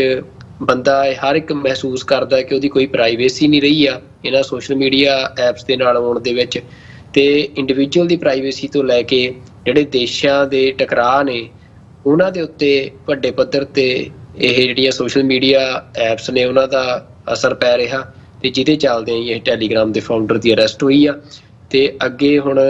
ਕਿਵੇਂ ਮਤਲਬ ਇਹਦੇ ਜਿਹੜੇ ਕਿਵੇਂ ਅਗਲੇ ਦਿਨਾਂ 'ਚ ਹੀਅਰਿੰਗ ਹੁੰਦੀ ਆ ਜਾਂ ਕੀ ਚੱਲਦਾ ਆ, ਇਹ ਆਪਾਂ ਨੂੰ ਅਗਲੇ ਦਿਨਾਂ 'ਚ ਅਸੀਂ ਦੇਖਾਂਗੇ। ਪਰ ਇੰਨਾ ਜ਼ਰੂਰ ਸਮਝਣ ਵਾਲੀ ਗੱਲ ਜ਼ਰੂਰ ਆ ਇਸ ਸਾਰੇ ਮਾਮਲੇ 'ਚ ਕਿ ਸੋਸ਼ਲ ਮੀਡੀਆ ਜਿਹੜਾ ਆ ਉਹ ਕੋਈ ਮਤਲਬ ਐਂਟਰਟੇਨਮੈਂਟ ਲਈ ਜਾਂ ਸਿਰਫ ਜਾਣਕਾਰੀਆਂ ਦੇ ਆਦਾਨ ਪ੍ਰਦਾਨ ਲਈ ਨਹੀਂ ਆ, ਇਹ ਅੱਜ ਦੀ ਜਿਹੜੀ ਇੱਕ ਵਰਲਡ ਰਿਐਲਿਟੀ ਆ ਉਹਦੇ 'ਚ ਐਜ਼ ਅ ਵੈਪਨ ਯੂਜ਼ ਹੋ ਰਿਹਾ ਹੈ। ਜੀ ਬਿਲਕੁਲ, ਨਹੀਂ ਇਹ ਗੱਲ ਸਮਝਣ ਵਾਲੀ ਹੈ। ਤੇ ਇਹਦੇ ਵਿੱਚ ਇੱਕ ਹੋਰ ਜਿਹੜਾ ਸਵਾਲ ਥੋੜ੍ਹਾ ਜਿਹਾ ਸੂਖਮ ਪੱਧਰ ਦੇ ਉੱਤੇ ਸਾਡੇ ਸਾਹਮਣੇ ਆਉਂਦਾ, ਫ੍ਰੀ ਸਪੀਚ ਦਾ ਜਾਂ ਫਰੀडम ਆਫ ਐਕਸਪ੍ਰੈਸ਼ਨ ਦੀ ਜਦੋਂ ਅਸੀਂ ਗੱਲ ਕਰਦੇ ਹਾਂ, ਹੁਣ ਇਹ ਜਿਹੜੇ ਪਾਵਲ ਡੁਰੋਵ ਹੈਗੇ ਆ, ਇਹਨਾਂ ਦਾ ਇੱਕ ਬਿਆਨ ਵੀ ਹੈਗਾ, ਜਾਂ ਇਹਨਾਂ ਨੂੰ ਜਦੋਂ ਇਸ ਗੱਲ ਦੇ ਉੱਤੇ ਕੁਐਸਚਨ ਕੀਤਾ ਜਾਂਦਾ ਤੇ ਇਹ ਐਡਵੋਕੇਸੀ ਕਰਦੇ ਆ ਐਬਸੋਲਿਊਟ ਫ੍ਰੀ ਸਪੀਚ ਦੀ, ਕਿ ਫ੍ਰੀ ਸਪੀਚ ਦੇ ਨਾਲ ਕਿਸੇ ਵੀ ਕਿਸਮ ਦਾ ਜਿਹੜਾ ਕੰਪਰੋਮਾਈਜ਼ ਹੈ ਪ੍ਰਾਈਵੇਸੀ ਦੇ ਨਾਲ ਉਹ ਨਹੀਂ ਕੀਤਾ ਜਾ ਸਕਦਾ। ਸੋ ਈਵਨ ਜਿਹੜੇ ਇਹ ਫਰਾਂਸ ਦੇ ਵਿੱਚ ਉਹਨਾਂ ਦੇ ਉੱਤੇ ਐਲੀਗੇਸ਼ਨਸ ਵੀ ਲਾਏ ਗਏ ਆ ਕਿ ਬਹੁਤ ਮਾੜੀ ਕਿਸਮ ਦੀ ਜਿਹੜੀ ਇਲਿਸਿਟ ਟ੍ਰੇਡ ਹੈਗਾ ਆ ਜਾਂ ਜਿਹੜੀਆਂ ਇਲੀਗਲ ਕਾਰਵਾਈਆਂ ਨੇ ਉਹ ਇਸ ਐਪ ਦੇ ਰਾਹੀਂ ਕੀਤੀਆਂ ਜਾਂਦੀਆਂ ਨੇ। ਉਹਦੇ ਜਵਾਬ ਦੇ ਵਿੱਚ ਵੀ ਉਹਨਾਂ ਦਾ ਇਸ ਕਿਸਮ ਦਾ ਸੀਗਾ ਕਿ privacy is more important than our fear of bad things happening, and that to be truly free you should be ready to risk everything for freedom। ਸੋ ਮਤਲਬ ਹੁਣ ਫਰੀडम ਦੇ ਨਾਲ ਕੀ, ਜਦੋਂ ਅਸੀਂ ਐਬਸੋਲਿਊਟ ਫ੍ਰੀ ਸਪੀਚ ਦੀ ਗੱਲ ਕਰਦੇ ਹਾਂ ਉਹਦੇ ਥੱਲੇ ਤੇ ਫਿਰ ਤੁਸੀਂ ਕਿਸੇ ਨੂੰ ਵੀ ਕੁਝ ਨਹੀਂ ਕਹਿ ਸਕਦੇ, ਜਾਂ ਉਹਦੇ ਤੇ ਵੀ ਕੁਝ ਟਰਮਸ ਐਂਡ ਕੰਡੀਸ਼ਨਸ ਹੁੰਦੀਆਂ ਨੇ ਕਿ ਐਬਸੋਲਿਊਟ ਫ੍ਰੀ ਸਪੀਚ ਹੋਣੀ ਚਾਹੀਦੀ ਹੈ, ਜਾਂ ਇਹਦੇ ਤੇ ਥੋੜ੍ਹਾ ਬਹੁਤ ਇਹਦਾ ਸਮਾਜ ਦੇ ਉੱਤੇ ਕੀ ਪ੍ਰਭਾਵ ਪਊਗਾ, ਕਾਨੂੰਨ ਕੀ ਕਹਿੰਦਾ ਆ, ਜਾਂ ਹੋਰ ਇਸ ਕਿਸਮ ਦੀਆਂ ਜਿਹੜੀਆਂ ਗੱਲਾਂ ਨੇ ਮਾੜੀਆਂ ਅਲਾਮਤਾਂ ਨੂੰ ਰੋਕਣ ਦੇ ਲਈ ਕੀ ਹੋਰ ਕੀਤਾ ਜਾ ਸਕਦਾ, ਇਸ ਕਿਸਮ ਦੇ ਕੁਐਸਚਨਸ ਦਾ ਪ੍ਰਭਾਵ ਪੈਣਾ ਚਾਹੀਦਾ ਆ ਫ੍ਰੀ ਸਪੀਚ ਦੇ ਉੱਤੇ, ਜਾਂ ਐਬਸੋਲਿਊਟ ਫ੍ਰੀ ਸਪੀਚ ਹੀ ਇੱਕ ਮਾਤਰ ਤਰੀਕਾ ਆ ਜਿਵੇਂ ਇਹ ਜਿਹੜੇ ਟੈਲੀਗ੍ਰਾਮ ਦੇ ਫਾਊਂਡਰ ਨੇ ਉਹ ਕਹਿ ਰਹੇ ਨੇ। ਅਮਰਵੀਰ ਸਿੰਘ ਜੀ ਦੇਖੋ, ਦੁਨੀਆ ਤਾਂ ਬਹੁਤ ਵਿਲੱਖਣ ਆ। ਦੁਨੀਆ ਦੀ ਜਿਹੜੀ ਡਿਵੈਲਪਮੈਂਟ ਹੋਈ ਆ ਉਹ ਵੱਖੋ ਵੱਖ ਤੌਰ ਤਰੀਕਿਆਂ ਦੇ ਨਾਲ ਹੋਈ ਆ। ਹਰੇਕ ਸਮਾਜ ਦੀਆਂ ਆਪਣੀਆਂ ਇੱਕ ਮਾਨਤਾਵਾਂ ਨੇ, ਤੇ ਸ਼ਬਦਾਂ ਦੀ ਵੀ ਅਸੀਂ ਕਹਿੰਦੇ ਆ ਕਿ ਹਿੰਸਾ ਇਕੱਲੀ ਹਥਿਆਰਾਂ ਨਾਲ ਨਹੀਂ ਹੁੰਦੀ, ਸ਼ਬਦਾਂ ਦੀ ਵੀ ਹਿੰਸਾ ਹੁੰਦੀ ਆ ਜੀ। ਤੇ ਜਿਹੜੀ ਫਰੀडम ਆਫ ਐਕਸਪ੍ਰੈਸ਼ਨ ਆ, ਜਦੋਂ ਅਸੀਂ ਇਹ ਗੱਲ ਕਰਦੇ ਹਾਂ ਤੇ ਕੋਈ ਲਿਮਿਟ ਨਹੀਂ ਹੋਣੀ ਚਾਹੀਦੀ ਆ, ਤਾਂ ਇਹ ਇੱਕ ਬਹੁਤ ਬੜਾ ਅਸੀਂ ਕਹਿ ਸਕਦੇ ਹਾਂ ਕਿ ਸੋਸ਼ਲ ਡਿਬੇਟੇਬਲ ਇਸ਼ੂ ਆ, ਜਿਹਨੂੰ ਅਸੀਂ ਇੱਕ ਸੈਗਮੈਂਟ ਦੇ ਵਿੱਚ ਤਾਂ ਹੁਣ ਨਹੀਂ ਡਿਸਕਸ ਕਰ ਸਕਦੇ। ਤੇ ਪਰ ਇੰਨਾ ਜ਼ਰੂਰ ਆ ਕਿ ਜਿਹੜੀ ਇਹ ਮਤਲਬ ਜਦੋਂ ਅਸੀਂ ਇਸ ਗੱਲ ਨੂੰ ਸਮਝਦੇ ਆ ਕਿ ਜਿਹੜੀ ਫਰੀडम ਆਫ ਐਕਸਪ੍ਰੈਸ਼ਨ ਦੀ ਗੱਲ ਹੁੰਦੀ ਆ, ਤਾਂ ਉਹ ਕਿਤੇ ਵੀ ਮਤਲਬ ਤੁਸੀਂ ਇਹ ਨਹੀਂ ਕਹਿ ਸਕਦੇ ਕਿ ਉਹ ਮਤਲਬ ਅਲਟੀਮੇਟ ਹੁੰਦੀ ਆ ਵੀ, ਚਾਹੇ ਸਰਕਾਰਾਂ ਦੇ ਪੱਧਰ ਤੇ ਦੇਖਣਾ, ਚਾਹੇ ਉਹ ਸੋਸ਼ਲ ਮੀਡੀਆ ਪਲੇਟਫਾਰਮਸ ਦੇ ਪੱਧਰ ਤੇ ਦੇਖਣਾ, ਹਰੇਕ ਥਾਂ ਦੇ ਉੱਤੇ ਹੀ, ਚਾਹੇ ਕੋਈ ਵੀ ਡੈਮੋਕ੍ਰੇਸੀ ਕੋਈ ਵੀ ਮੁਲਕ ਹੋਵੇ, ਉੱਥੇ ਇੱਕ ਅਨੁਸ਼ਾਸਨ, ਇੱਕ ਲਿਮਿਟ ਜ਼ਰੂਰ ਆ ਫਰੀडम ਆਫ ਐਕਸਪ੍ਰੈਸ਼ਨ ਦੇ ਉੱਤੇ, ਕਿ ਤੁਸੀਂ ਕਿੱਥੇ ਤੱਕ ਕਿਸੇ ਨੂੰ ਕੁਝ ਕਹਿ ਸਕਦੇ ਹੋ। ਕਿਸੇ ਬਾਰੇ ਤੁਸੀਂ ਕਿੱਥੇ ਕੁ ਤੱਕ ਕੁਝ ਕਹਿ ਸਕਦੇ ਹੋ। ਤੇ ਜਿਹੜੀ ਫਰੀडम ਆਫ ਐਕਸਪ੍ਰੈਸ਼ਨ ਦੇ ਵਿੱਚ ਜਿਹੜੀ ਖਾਸ ਤੌਰ ਤੇ ਇਹ ਗੱਲ ਆਉਂਦੀ ਹੈ ਕਿ ਚਾਈਲਡ ਪੋਰਨੋਗ੍ਰਾਫੀ ਦੀ ਗੱਲ ਜਾਂ ਇਸ ਤਰੀਕੇ ਦੀ ਗੱਲ ਆ, ਹੁਣ ਕੋਈ ਬੰਦਾ ਕਹੇ ਕਿ ਮੇਰੀ ਮਰਜ਼ੀ ਆ, ਮੈਂ ਜੋ ਮਰਜ਼ੀ ਪਾਵਾਂ, ਤਾਂ ਤੁਸੀਂ ਉਹਨੂੰ ਫਰੀडम ਆਫ ਐਕਸਪ੍ਰੈਸ਼ਨ ਦੇ ਵਿੱਚ ਕੰਸੀਡਰ ਨਹੀਂ ਕਰ ਸਕਦੇ। ਤੇ ਇਸੇ ਤਰੀਕੇ ਦੇ ਨਾਲ ਕੋਈ ਬੰਦਾ ਕਿਸੇ ਨੂੰ ਗਾਲ ਕੱਢੇ ਤੇ ਉਹ ਕਹੇ ਵੀ ਮੇਰਾ ਤਾਂ ਜੀ ਕਰਦਾ ਸੀ ਮੈਂ ਤੈਨੂੰ ਗਾਲ ਕੱਢਾਂ, ਹਨ, ਤਾਂ ਮਤਲਬ ਸਿੱਧੇ ਲਫ਼ਜ਼ਾਂ 'ਚ ਸਮਝਣਾ ਹੋਵੇ ਤਾਂ ਅਗਲਾ ਵੀ ਕਹੂੰ ਮਤਲਬ ਵੀ ਫਿਰ ਮੇਰਾ ਵਾਇਲੈਂਸ ਕਰਨ ਦਾ ਮੇਰਾ ਵੀ ਮਤਲਬ ਜੀ ਕਰਦਾ ਹੈ ਨਾ, ਮੇਰੀ ਵੀ ਫਰੀडम ਆਫ ਐਕਸਪ੍ਰੈਸ਼ਨ ਆ, ਮੈਂ ਤੇਰੇ ਚਾਰ ਮਾਰਾਂ ਮੂੰਹ ਤੇ ਮਤਲਬ ਇਸ ਗੱਲ ਕਰਕੇ ਵੀ ਜਿਹੜੀਆਂ ਇਹ ਕੁਛ ਜਿਹੜਾ ਮਤਲਬ ਇਹ ਤੈਅ ਕੌਣ ਕਰਦਾ, ਕਿਉਂਕਿ ਦੁਨੀਆ ਵਿਲੱਖਣ ਆ, ਦੁਨੀਆ ਦੀ ਜਿਹੜੀ ਗਰੋਥ ਹੋਈ ਆ ਮਤਲਬ ਉਹ ਵੱਖੋ ਵੱਖਰੇ ਤਰੀਕੇ ਨਾਲ ਹੋਈ ਆ। ਹਰੇਕ ਭਾਈਚਾਰੇ ਦੇ ਹਰੇਕ ਸਮਾਜ ਦੀਆਂ ਆਪਣੀਆਂ ਮਨੌਤਾਂ ਨੇ, ਹਰੇਕ ਦੀਆਂ ਆਪਣੀਆਂ ਲਿਮਿਟੇਸ਼ਨਸ ਨੇ। ਤੁਸੀਂ ਜਿਹੜਾ ਵੈਸਟਰਨ ਫਰੀडम ਆਫ ਐਕਸਪ੍ਰੈਸ਼ਨ ਆ ਉਹਨੂੰ ਤੁਸੀਂ ਪੰਜਾਬ ਦੇ ਉੱਤੇ ਲਾਗੂ ਨਹੀਂ ਕਰ ਸਕਦੇ, ਜਿਹੜਾ ਪੰਜਾਬ ਦਾ ਫਰੀडम ਆਫ ਐਕਸਪ੍ਰੈਸ਼ਨ ਆ ਉਹਨੂੰ ਤੁਸੀਂ ਵੈਸਟ ਦੇ ਉੱਤੇ ਲਾਗੂ ਨਹੀਂ ਕਰ ਸਕਦੇ ਜੀ। ਪਰ ਜਿਹੜਾ ਗਲੋਬਲਾਈਜੇਸ਼ਨ ਹੋਈ ਆ ਤੇ ਜਿਹੜਾ ਸੋਸ਼ਲ ਮੀਡੀਆ ਆਇਆ ਆ, ਅਸੀਂ ਉਹਦੇ ਨੁਕਸਾਨ ਬਹੁਤ ਜ਼ਿਆਦਾ ਹੋਏ ਆ, ਉਹਦੇ 'ਚ ਇਸ ਗੱਲ ਦੇ ਉੱਤੇ ਵੀ ਇੱਕ ਵੱਡੀ ਵਿਚਾਰ ਕੀਤੀ ਜਾ ਸਕਦੀ ਆ। ਪਰ ਜਦੋਂ ਪੋਲੀਟੀਕਲ ਨਜ਼ਰੀਏ ਤੋਂ ਅਸੀਂ ਗੱਲ ਕਰਨੀ ਆ ਅੱਜ, ਤਾਂ ਜਿਹੜਾ ਫਰੀडम ਆਫ ਐਕਸਪ੍ਰੈਸ਼ਨ ਆ ਉਹ ਸਿਰਫ ਕਹਿਣ ਦੀ ਗੱਲ ਆ ਅਮਰਵੀਰ ਸਿੰਘ ਜੀ, ਅਸੀਂ ਤਾਂ ਆਪਣੇ ਤੇ ਹੁੰਦਾ ਦੇਖਿਆ ਆ, ਉਹ ਕਿਤੇ ਵੀ ਫਰੀडम ਆਫ ਐਕਸਪ੍ਰੈਸ਼ਨ ਆ ਉਹ ਨਹੀਂ ਆ। ਇਸੇ ਕਰਕੇ ਜਿਹੜੀਆਂ ਦੁਨੀਆ ਦੀਆਂ ਵੱਡੀਆਂ ਤਾਕਤਾਂ ਜਿਹੜੀਆਂ ਕਰ ਸਕਦੀਆਂ ਨੇ ਬੈਨ, ਉਹਨਾਂ ਨੇ ਬੈਨ ਕੀਤੇ ਆ। ਟਿਕਟੋਕ ਬੈਨ ਕੀਤੀ ਹੈ US ਨੇ ਹੁਣ, ਮਤਲਬ ਕਿਉਂ ਇਹ ਸਾਰੇ ਜਿਹੜੇ ਸੋਸ਼ਲ ਮੀਡੀਆ ਪਲੇਟਫਾਰਮਸ ਨੇ ਉਹ ਬੈਨ ਕੀਤੇ ਜਾ ਰਹੇ ਆ, ਤਾਂ ਉਹਦੇ ਵਿੱਚ ਇੱਕੋ ਇੱਕ ਕਾਰਨ ਆ ਵੀ ਜਿਹੜੇ ਸੋਸ਼ਲ ਮੀਡੀਆ ਪਲੇਟਫਾਰਮਸ ਨੇ ਉਹ ਸਿਰਫ ਮਹਿਜ ਜਾਣਕਾਰੀ ਦੇ ਸਰੋਤ ਨਹੀਂ ਜਾਂ ਫਰੀडम ਆਫ ਐਕਸਪ੍ਰੈਸ਼ਨ ਦੇ ਟੂਲ ਨਹੀਂ ਆ, ਉਹ ਇੱਕ ਤੁਸੀਂ ਕਹਿ ਸਕਦੇ ਹੋ ਕਿ ਪ੍ਰੋਪੇਗੈਂਡਾ ਟੂਲਸ ਨੇ, ਬਲਕਿ ਹੁਣ ਗੱਲ ਇੱਥੋਂ ਤੱਕ ਪਹੁੰਚ ਗਈ ਆ ਕਿ ਉਹ ਇੱਕ ਵਾਰ ਵੈਪਨ ਬਣ ਚੁੱਕੇ ਆ ਜੀ। ਬਿਲਕੁਲ। ਸੋ ਇੱਕ ਛੋਟੇ ਜਿਹੇ ਕਮਰਸ਼ੀਅਲ ਬ੍ਰੇਕ ਦੇ ਲਈ ਇੱਥੇ ਰੁਕਦੇ ਹਾਂ। ਵਿਊਅਰ ਸਾਡੇ ਨਾਲ ਇਸੇ ਤਰ੍ਹਾਂ ਬਣੇ ਰਹੋ, ਇੱਕ ਛੋਟੇ ਜਿਹੇ ਬ੍ਰੇਕ ਤੋਂ ਬਾਅਦ ਗੱਲਬਾਤ ਅੱਗੇ ਤੋਰਦੇ ਹਾਂ।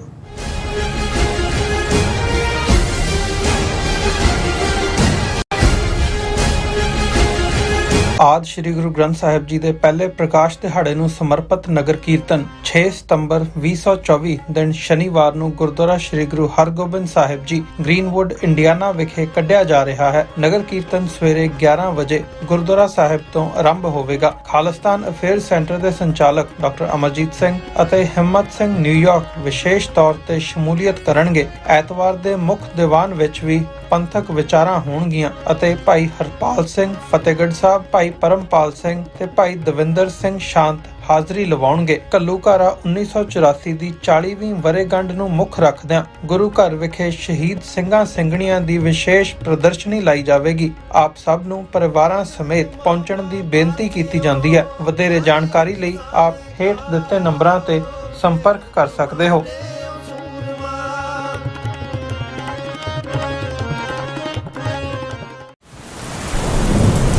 ਯੂਨਾਈਟਿਡ ਸਿੱਖ ਸੰਸਥਾ ਨੇ ਦੱਖਣੀ ਅਮਰੀਕਾ ਵਿੱਚ ਬੇਰਲ ਤੂਫਾਨ ਦੇ ਪੀੜਤਾਂ ਲਈ ਤੁਰੰਤ ਮਦਦ ਮੁਹਿੰਮ ਸ਼ੁਰੂ ਕੀਤੀ ਹੈ। ਇਸ ਭਿਆਨਕ ਤੂਫਾਨ ਨੇ ਸੈਂਟ ਵਿੰਸੈਂਟ ਅਤੇ ਗ੍ਰੇਨੇਡੀਨਸ, ਗ੍ਰੇਨੇਡਾ, ਡੋਮਿਨਿਕਾ ਤੇ ਬਾਰਬਾਡੋਸ ਨੂੰ ਬਹੁਤ ਨੁਕਸਾਨ ਪਹੁੰਚਾਇਆ ਹੈ। ਯੂਨਾਈਟਿਡ ਸਿੱਖ ਦੀਆਂ ਟੀਮਸ ਲੋੜਵੰਦ ਲੋਕਾਂ ਲਈ ਜ਼ਰੂਰੀ ਸਮਾਨ ਅਤੇ ਖਾਣ-ਪੀਣ ਦੀਆਂ ਚੀਜ਼ਾਂ ਪਹੁੰਚਾ ਰਹੀਆਂ ਹਨ। ਤੁਹਾਡੇ ਸਹਿਯੋਗ ਦੀ ਲੋੜ ਹੈ। ਕਿਰਪਾ ਕਰਕੇ ਇਹ ਸਮਾਨ ਦਾਨ ਕਰੋ। ਖਾਣ-ਪੀਣ ਦੀਆਂ ਚੀਜ਼ਾਂ, ਤਿਰਪਾਲ, ਜਨਰੇਟਰ, ਕੱਪੜੇ, ਤੰਬੂ, ਟਾਇਲਟ ਪੇਪਰ, ਬਰਸਾਤੀ ਕੋਟ, ਸੈਨੇਟਰੀ ਪੈਡ, ਹਰੇਕ ਸਾਈਜ਼ ਦੇ ਡਾਈਪਰ ਆਦਿ। ਡੋਨੇਟ ਕਰਨ ਲਈ contact@united6.org ਤੇ ਸੰਪਰਕ ਕਰੋ। ਮਦਦ ਕਰਨ ਲਈ ਕਿਰਪਾ ਕਰਕੇ ਸਾਡੀ ਵੈਬਸਾਈਟ ਤੇ ਡੋਨੇਟ ਕਰੋ।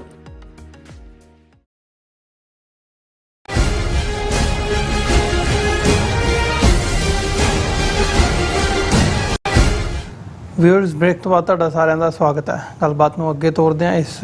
ਅੱਜ ਦੇ ਸ਼ੋਅ ਦੇ ਸੱਚ ਪ੍ਰੋਗਰਾਮ ਦੇ ਵਿੱਚ ਅਖੀਰਲੇ ਸੈਗਮੈਂਟ ਦੇ ਵਿੱਚ ਵਿਚਾਰ ਚਰਚਾ ਕਰਨ ਜਾ ਰਹੇ ਹਾਂ। ਸੁਖਵਿੰਦਰ ਸਿੰਘ ਜੀ, ਹੁਣ ਗੱਲ ਕਰੀਏ ਵੈਸਟ ਬੰਗਾਲ ਦੇ ਵਿੱਚ ਸਿਚੁਏਸ਼ਨ ਬਣੀ ਹੋਈ ਹੈ ਇਸ ਵਕਤ ਬੜੀ ਨਾਜ਼ੁਕ। 9 ਅਗਸਤ ਨੂੰ ਇੱਕ ਅਜਿਹਾ ਘਟਨਾਕ੍ਰਮ ਵਾਪਰਿਆ ਜਿਹਨੇ ਸਾਰਿਆਂ ਨੂੰ ਸ਼ਰਮਸਾਰ ਕੀਤਾ, ਤੇ ਜਦੋਂ ਮੀਡੀਆ ਦੇ ਵਿੱਚ ਇਸ ਕਿਸਮ ਦੀਆਂ ਸੁਰਖੀਆਂ ਲੱਗਦੀਆਂ ਨੇ, ਜਿਹੜਾ ਜਬਰ ਜਨਾਹ ਦੀ ਘਟਨਾ ਹੁੰਦੀ ਆ, ਉਹ ਤੋਂ ਬਾਅਦ ਕਤਲ ਕੀਤਾ ਜਾਂਦਾ ਆ ਇੱਕ ਫੀਮੇਲ ਡਾਕਟਰ ਦਾ, ਇਹ ਮਤਲਬ ਨਮੋਸ਼ੀ ਵਾਲੀ ਗੱਲ ਹੁੰਦੀ ਹੈ। ਅਸੀਂ ਉਸ ਨੂੰ ਡਿਸਕਸ ਵੀ ਕੀਤਾ ਤੇ ਈਵਨ ਪਿਛਲੇ ਸਮੇਂ ਦੇ ਵਿੱਚ ਜਦੋਂ ਅਸੀਂ ਦਿੱਲੀ ਨਿਰਭਇਆ ਕਾਂਡ ਤੋਂ ਲੈ ਕੇ ਅਸੀਂ ਹੁਣ ਤੱਕ ਦਾ ਸਫ਼ਰ ਦੇਖਦੇ ਹਾਂ ਤੇ ਇੱਕ ਜਿਹੜੀ ਸੁਸਾਇਟੀ ਦੀ ਮਾਨਸਿਕਤਾ ਹੈਗੀ ਹੈ ਉਹਨੂੰ ਵੀ ਦਰਸਾਉਂਦਾ ਵੀ ਉੱਥੇ ਲੋਕਾਂ ਦੀ ਮੈਂਟੈਲਿਟੀ, ਆਮ ਸੁਸਾਇਟੀ ਦੇ ਵਿੱਚ ਜਿਸ ਕਿਸਮ ਦੀ ਅਪਰਾਧਕ ਮਾਨਸਿਕਤਾ ਪਨਪ ਰਹੀ ਹੈ ਉਹ ਕਿਸ ਕਿਸਮ ਨਾਲ ਅੱਗੇ ਵਧ ਰਹੀ ਹੈ। ਤੇ ਜਦੋਂ ਅਜਿਹਾ ਕੇਸ ਹੁੰਦਾ ਇੱਕ ਵਾਰੀ ਜ਼ਰੂਰ ਪ੍ਰੋਟੈਸਟ ਹੁੰਦੇ ਨੇ ਵੱਡੇ ਲੈਵਲ ਦੇ ਉੱਤੇ ਚੇਂਜ ਕਰਨ ਦੀਆਂ ਗੱਲਾਂ ਹੁੰਦੀਆਂ ਨੇ, ਪਰ ਗਰਾਊਂਡ ਦੇ ਉੱਤੇ ਕੁਝ ਵੀ ਚੇਂਜ ਹੁੰਦਾ ਨਹੀਂ ਨਜ਼ਰ ਆਉਂਦਾ ਕਿਉਂਕਿ ਉਹ ਗੱਲ ਉੱਥੇ ਹੀ ਆ ਕੇ ਮੁੱਕਦੀ ਹੈ ਵੀ ਤੁਸੀਂ ਜਿਹੜੀਆਂ ਅਥਾਰਟੀਜ਼ ਨੇ ਜਾਂ ਜਿਹੜਾ ਸਾਰਾ ਸਿਸਟਮ ਹੈ ਉਹ ਰੂਟ ਕਾਜ਼ ਤੱਕ ਨਹੀਂ ਜਾਂਦਾ। ਰੂਟ ਕਾਜ਼ ਨੂੰ ਚੇਂਜ ਕਰਨ ਦੀ ਉਹਦਾ ਕੋਈ ਸੋਲੂਸ਼ਨ ਲੱਭਣ ਦੀ ਗੱਲ ਨਹੀਂ ਹੁੰਦੀ, ਬਲਕਿ ਜਿਹੜੇ ਉਹਦੇ ਐਂਡ ਦੇ ਉੱਤੇ ਆ ਕੇ ਸਿੰਪਟਮਸ ਨਜ਼ਰ ਆ ਰਹੇ ਹੁੰਦੇ ਨੇ ਉਹਨਾਂ ਨਾਲ ਡੀਲ ਕਰਨ ਦੀ ਗੱਲ ਹੁੰਦੀ ਹੈ ਤੇ ਉਹ ਵੀ ਜਿਹੜੀ ਡੀਲਿੰਗ ਹੈ ਉਹ ਅੱਧ ਵਾਟੇ ਜਾ ਕੇ ਕਿਤੇ ਮੁੱਕ ਜਾਂਦੀ ਹੈ, ਉਹ ਵੀ ਸਿਰੇ ਨਹੀਂ ਚੜ੍ਹਦੀ ਹੈਗੀ। ਸੋ ਇਹ ਹਾਲਾਤ ਓਵਰਆਲ ਸੁਸਾਇਟੀ ਦੇ ਬਣੇ ਹੋਏ ਨੇ। ਅੱਜ ਜਿੱਥੇ ਪ੍ਰੋਟੈਸਟਰਸ ਵੱਡੀ ਗਿਣਤੀ ਦੇ ਵਿੱਚ, ਜਿਹਦੇ ਵਿੱਚ ਸਟੂਡੈਂਟਸ ਨੇ, ਡਾਕਟਰਸ ਨੇ, ਕਲਕੱਤੇ ਦੇ ਵਿੱਚ ਜਿਹੜਾ ਇਹ ਪ੍ਰੋਟੈਸਟ ਚੱਲ ਰਿਹਾ ਉਹ ਵਾਇਲੈਂਟ ਹੋਇਆ। ਪੁਲਿਸ ਵੱਲੋਂ ਲਾਠੀ ਚਾਰਜ, ਟੀਅਰ ਗੈਸ ਤੇ ਇਹ ਕਾਰਵਾਈਆਂ ਕੀਤੀਆਂ ਗਈਆਂ ਤੇ ਉਹਨਾਂ ਵੱਲੋਂ ਪ੍ਰੋਟੈਸਟਰਸ ਵੱਲੋਂ ਮਮਤਾ ਬੈਨਰਜੀ ਦਾ ਅਸਤੀਫਾ ਮੰਗਿਆ ਜਾ ਰਿਹਾ ਆ। ਸੋ ਗਰਾਊਂਡ ਦੇ ਉੱਤੇ ਜਿਹੜੀ ਸਿਚੁਏਸ਼ਨ ਹੈ ਕਲਕੱਤੇ ਉਹ ਇੱਕ ਨਾਜ਼ੁਕ ਬਣੀ ਹੋਈ ਹੈ। ਜਿੱਥੇ ਅਸੀਂ ਇਹਦਾ ਇੱਕ ਸਮਾਜਿਕ ਪੱਖ ਦੇਖਦੇ ਹਾਂ ਉੱਥੇ ਲਾਅ ਐਂਡ ਆਰਡਰ ਵਾਲੀ ਜਿਹੜੀ ਸਿਚੁਏਸ਼ਨ ਹੈ ਉਹਦੇ ਤੇ ਵੀ ਅਸੀਂ ਨਜ਼ਰਸਾਨੀ ਕਰਦੇ ਹਾਂ। ਕਿਵੇਂ ਦੇਖ ਰਹੇ ਹੋ ਜਿਹੜੀ ਇਹ ਸਾਰੀ ਸਿਚੁਏਸ਼ਨ ਡਿਵੈਲਪ ਹੋਈ ਹੈ? ਅਮਰਵੀਰ ਸਿੰਘ ਜੀ, ਜਿਹੜਾ ਸਭ ਤੋਂ ਪਹਿਲਾਂ ਤਾਂ ਜਾਣਕਾਰੀ ਸਾਂਝੀ ਕਰ ਦਈਏ ਅਸੀਂ, ਕਿਉਂਕਿ ਆਪਾਂ ਵੀ ਆਪਣੇ ਸ਼ੋਅ ਦੇ ਅੰਤ ਵੱਲ ਨੂੰ ਵਧ ਰਹੇ ਹਾਂ ਜੀ। ਜਿਹੜਾ ਇਹ ਇੱਕ ਪ੍ਰੋਟੈਸਟ ਮਾਰਚ ਸੀ ਕਲਕੱਤਾ ਦੇ ਵਿੱਚ, ਇਹਨੂੰ ਨਬਾਨਾ ਮਾਰਚ ਦਾ ਨਾਂ ਦਿੱਤਾ ਗਿਆ ਸੀ ਜੀ, ਜਿਹੜਾ ਕਿ ਬੰਗਾਲ ਸੈਕਟਰੀਏਟ ਹੈ ਜਿਹੜੀ ਉਸ ਵੱਲ ਜਿਹੜਾ ਆ ਇਹ ਮਾਰਚ ਕੱਢਿਆ ਜਾ ਰਿਹਾ ਸੀ ਤੇ ਡਿਮਾਂਡ ਕੀਤੀ ਜਾ ਰਹੀ ਸੀ ਮਮਤਾ ਬੈਨਰਜੀ ਦੇ ਰੈਜ਼ਿਗਨੇਸ਼ਨ ਦੀ। ਤੇ ਜਿਹਦੇ ਤੇ ਜਿਹੜੀ ਪੁਲਿਸ ਨੇ ਜਿਹੜੇ ਮਾਰਚ ਨੂੰ ਰੋਕਣ ਦੀ ਜਦੋਂ ਕੋਸ਼ਿਸ਼ ਕੀਤੀ ਤੇ ਉੱਥੇ ਝੜਪ ਹੋਈ ਆ ਤੇ ਕਈ ਜਿਹੜੇ ਲੋਕ ਨੇ ਉਹਨਾਂ ਦੇ ਜ਼ਖਮੀ ਹੋਣ ਦੀ ਖਬਰ ਆ। ਤੇ ਬੰਗਾਲ ਦੇ ਵਿੱਚ ਜਿਹੜਾ ਇਹ ਬੜੀ ਘਿਨੌਣੀ ਘਟਨਾ ਜਿਹੜੀ ਵਾਪਰੀ ਆ ਉਸ ਦੇ ਉੱਤੇ ਅਸੀਂ ਇਹ ਗੱਲ ਕਹਿ ਸਕਦੇ ਹਾਂ ਵੀ ਬਦਲਾਅ ਤਾਂ ਕੀ ਹੋਣਾ ਭਾਰਤ ਦੇ ਵਿੱਚ, ਖਾਸ ਤੌਰ ਤੇ ਰੇਪ ਨੂੰ ਲੈ ਕੇ ਜਾਂ ਰੇਪ ਕਲਚਰ ਜਿਹੜਾ ਇੰਡੀਆ ਦਾ ਹੈਗਾ ਆ ਉਹਨੂੰ ਲੈ ਕੇ, ਬਲਕਿ ਹੁਣ ਇਹ ਮੁੱਦਾ ਜਿਹੜਾ ਆ ਉਹ ਸਿਆਸੀ ਮੁੱਦਾ ਬਣ ਗਿਆ ਉੱਥੇ ਵੀ ਜਿਹਦੇ ਤੇ ਸਿਆਸਤ ਮਤਲਬ ਇਹਨੂੰ ਪ੍ਰੋਬਲਮ ਨੂੰ ਰੂਟਸ ਦੇ ਵਿੱਚੋਂ ਸਹੀ ਕਰਨ ਦੀ ਕੋਸ਼ਿਸ਼ ਕਰਨ ਦੀ ਬਜਾਏ ਜਿਹੜੀ ਇੰਡੀਅਨ ਸਾਰੀ ਪੋਲੀਟੀਕਲ ਕਲਾਸ ਆ ਵੀ ਉਹ ਆਪਣੇ ਸਿਆਸੀ ਮਫਾਦ ਉਸ ਜਿਹੜੀ ਬੀਬੀ ਦੇ ਬਲਾਤਕਾਰ ਵਿੱਚੋਂ ਲੱਭ ਰਹੀ ਆ ਜੀ। ਤੇ ਇਹ ਜਿਹੜਾ ਮਾਰਚ ਸੀ ਇਹ ਬੀਜੇਪੀ ਵੱਲੋਂ ਆਰਗੇਨਾਈਜ਼ ਕੀਤਾ ਗਿਆ ਸੀ ਤੇ ਉਹ ਮਾਰਚ ਦੇ ਨਾਲ ਤੇ ਅੱਜ ਦੀਆਂ ਝੜਪਾਂ ਤੋਂ ਬਾਅਦ ਹੁਣ ਬੀਜੇਪੀ ਨੇ ਜਿਹੜਾ ਆ ਉਹ 12 ਘੰਟਿਆਂ ਦਾ ਜਿਹੜਾ ਬੰਦ ਆ, ਬੰਗਾਲ ਬੰਦ ਦਾ ਸੱਦਾ ਦਿੱਤਾ ਆ। ਤੇ ਜਿਹੜੀ ਮਮਤਾ ਬੈਨਰਜੀ ਦੀ ਸਰਕਾਰ ਹੈ ਉਹਨੇ ਇਹ ਗੱਲ ਕਹੀ ਹੈ ਕਿ ਕੋਈ ਬੰਦ ਨਹੀਂ ਹੋਣ ਦਿੱਤਾ ਜਾਵੇਗਾ ਤੇ ਸਾਰਾ ਜਿਹੜਾ ਆਮ ਜੀਵਨ ਆ ਉਵੇਂ ਚੱਲੇਗਾ। ਤੇ ਉਹਨਾਂ ਨੇ ਲੋਕਾਂ ਨੂੰ ਵੀ ਅਪੀਲ ਕੀਤੀ ਹੈ ਕਿ ਬੀਜੇਪੀ ਦੇ ਜਿਹੜੇ ਇਹ ਪੋਲੀਟੀਕਲ ਸਾਰਾ ਪ੍ਰੋਪੇਗੈਂਡਾ ਆ ਉਹਦੇ ਵਿੱਚ ਨਾ ਆਉਣ। ਤੇ ਬਾਕੀ ਜਿਹੜਾ ਉਹ ਇੱਕ ਜਿਹੜਾ ਕਲਪਰੇਟ ਆ ਉਹਨੂੰ ਅਰੈਸਟ ਕੀਤਾ ਗਿਆ ਹੈ ਇਸ ਮਾਮਲੇ ਦੇ ਵਿੱਚ। ਹਾਲਾਂਕਿ ਜਾਂਚ ਚੱਲ ਰਹੀ ਹੈ ਕਿ ਉਹ ਜਿਹੜਾ ਇਹ ਰੇਪ ਆ ਉਹ ਉਸ ਇੰਡੀਵਿਜੂਅਲ ਵੱਲੋਂ ਕੀਤਾ ਗਿਆ ਸੀ ਜਾਂ ਇਹ ਇੱਕ ਗੈਂਗ ਰੇਪ ਸੀ ਜੀ। ਇਹ ਮਤਲਬ ਜਿਹੜੀ ਆ ਫੈਕਚੁਅਲ ਜਿਹੜੀ ਇਨਫੋਰਮੇਸ਼ਨ ਆ। ਪਰ ਅਮਰਵੀਰ ਸਿੰਘ ਜੀ, ਜਿਹੜਾ ਭਾਰਤ ਦੇ ਵਿੱਚ 2022 ਦੇ ਅੰਕੜੇ ਆ, ਮਤਲਬ ਜਿਹੜੇ ਮੈਂ ਲੱਭ ਰਿਹਾ ਸੀ ਮੈਨੂੰ 2022 ਦੇ ਜਿਹੜਾ ਨੈਸ਼ਨਲ ਕ੍ਰਾਈਮ ਬਿਊਰੋ ਇੰਡੀਆ ਦਾ ਆਪਣਾ ਜਿਹੜਾ ਅਦਾਰਾ ਆ ਉਹਦੇ ਅੰਕੜੇ ਆ ਵੀ ਹਰ ਰੋਜ਼ ਭਾਰਤ ਦੇ ਵਿੱਚ 90 ਤੋਂ ਵੱਧ ਬਲਾਤਕਾਰ ਹੁੰਦੇ ਆ ਜੀ। ਤੇ ਇਹ ਅੰਕੜਾ ਉਹ ਆ ਜਿਹੜੇ ਰਿਕਾਰਡ ਕੀਤੇ ਗਏ ਬਲਾਤਕਾਰ, ਜਿਹੜੇ ਰਿਕਾਰਡ ਕੀਤਿਆਂ ਤੋਂ ਬਾਹਰ ਪਏ ਆ ਉਹਨਾਂ ਬਾਰੇ ਕੋਈ ਮਤਲਬ ਤੁਸੀਂ ਦੇਖ ਸਕਦੇ ਹੋ ਵੀ ਬਹੁਤ ਭਾਰਤ ਦੇ ਵਿੱਚ, ਕਿਉਂਕਿ ਬੜਾ ਵੱਡਾ ਹਿੱਸਾ ਆ ਉਹਦੇ ਵਿੱਚ ਲੋਕਾਂ ਦੇ ਕੋਲ ਵਸੀਲੇ ਨਹੀਂ ਆ ਆਪਣੀ ਘਟਨਾਵਾਂ ਨੂੰ ਰਿਪੋਰਟ ਕਰਨ ਦੇ ਤੇ ਇੱਕ ਸੋਸ਼ਲ ਟੈਬੂ ਵੀ ਹੈਗਾ। ਬਹੁਤਾਤ ਜਿਹੜੀਆਂ ਬੀਬੀਆਂ ਆ ਉਹ ਇਹੀ ਘਟਨਾ ਤੋਂ ਬਾਅਦ ਸ਼ਰਮ ਮਤਲਬ ਆਪਣੇ ਤੇ ਲੈ ਲੈਂਦੀਆਂ ਨੇ ਤੇ ਮਤਲਬ ਉਹ ਜ਼ਿਕਰ ਨਹੀਂ ਕਰਦੀਆਂ ਅੱਗੇ। ਤੇ ਮਤਲਬ 90 ਤਾਂ ਰਿਪੋਰਟਡ ਆ ਵੀ ਹਰ ਰੋਜ਼ ਦੇ 90 ਤੋਂ ਵੱਧ ਬਲਾਤਕਾਰ ਭਾਰਤ ਦੇ ਵਿੱਚ ਹੁੰਦੇ ਆ। ਤੇ ਇੰਡੀਆ ਦੀ ਰਾਜਧਾਨੀ ਜਿਹੜੀ ਦਿੱਲੀ ਆ ਉਹਨੂੰ ਦੁਨੀਆ ਜਿਹੜੀ ਆ ਉਹ ਰੇਪ ਕੈਪੀਟਲ ਕਰਕੇ ਜਾਣਦੀ ਆ ਵੀ ਬਲਾਤਕਾਰੀਆਂ ਦੀ ਰਾਜਧਾਨੀ।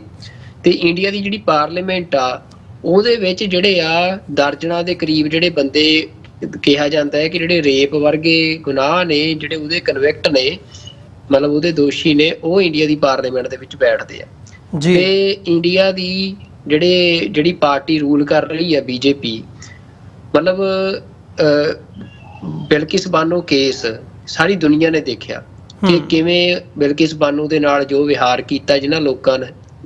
ਪੋਲੀਟੀਕਲ ਪਾਰਟੀ ਦੇ ਬੰਦਿਆਂ ਨੇ, ਤੇ ਕਿਵੇਂ ਮਤਲਬ ਉਹਦੇ ਬੱਚੇ ਨੂੰ ਉਹਦੇ ਢਿੱਡ ਦੇ ਵਿੱਚ ਕਤਲ ਕੀਤਾ, ਤੇ ਉਹਨਾਂ ਨੂੰ ਕਿਵੇਂ ਮਤਲਬ ਅਦਾਲਤਾਂ ਨੇ ਬਰੀ ਕੀਤਾ, ਤੇ ਫਿਰ ਜਦੋਂ ਬਰੀ ਹੋ ਕੇ ਆਉਂਦੇ ਆ ਤੇ ਕਿਵੇਂ ਫੁੱਲਾਂ ਦੇ ਨਾਲ ਜਿਹੜੀ ਸੁਸਾਇਟੀ ਆ ਮਤਲਬ ਉਹ ਕਿਵੇਂ ਉਹਨਾਂ ਦਾ ਸਵਾਗਤ ਕਰਦੀ ਆ। ਤੇ ਮਤਲਬ ਜੇ ਜੋ ਸਿੱਖਾਂ ਦੇ ਨਾਲ ਹੋਇਆ, ਜੋ ਮੁਸਲਮਾਨਾਂ ਦੇ ਨਾਲ ਹੋਇਆ, ਕਿ ਜਿੱਥੇ ਜਿਹੜਾ ਰੇਪ ਆ ਉਹਨੂੰ ਇੱਕ ਐਜ਼ ਅ ਵੈਪਨ ਯੂਜ਼ ਕੀਤਾ ਗਿਆ ਮਾਈਨੋਰਿਟੀ ਕਮਿਊਨਿਟੀਜ਼ ਦੇ ਉੱਤੇ, ਤੇ ਜਿਹੜੀ ਪੋਲੀਟੀਕਲ ਐਸਟੈਬਲਿਸ਼ਮੈਂਟ ਆ ਉਹ ਹਮੇਸ਼ਾ ਮਾਈਨੋਰਿਟੀ ਕਮਿਊਨਿਟੀਜ਼ ਦੇ ਉੱਤੇ ਰੇਪ ਕਰਨ ਵਰਗੇ ਜਿਹੜੇ ਇਹੋ ਜਿਹੇ ਮਤਲਬ ਐਕਟ ਆ ਉਹਨਾਂ ਨੂੰ ਉਤਸ਼ਾਹਿਤ ਕਰਦੀ ਆ। ਤੇ ਉਸ ਕੰਟਰੀ ਦੇ ਵਿੱਚ, ਉਸ ਸੁਸਾਇਟੀ ਦੇ ਵਿੱਚ ਮਤਲਬ ਰੇਪ ਦੇ ਖਿਲਾਫ ਜਦੋਂ ਇਹ ਮੁਜ਼ਾਹਰੇ ਹੁੰਦੇ ਆ ਤਾਂ ਮਤਲਬ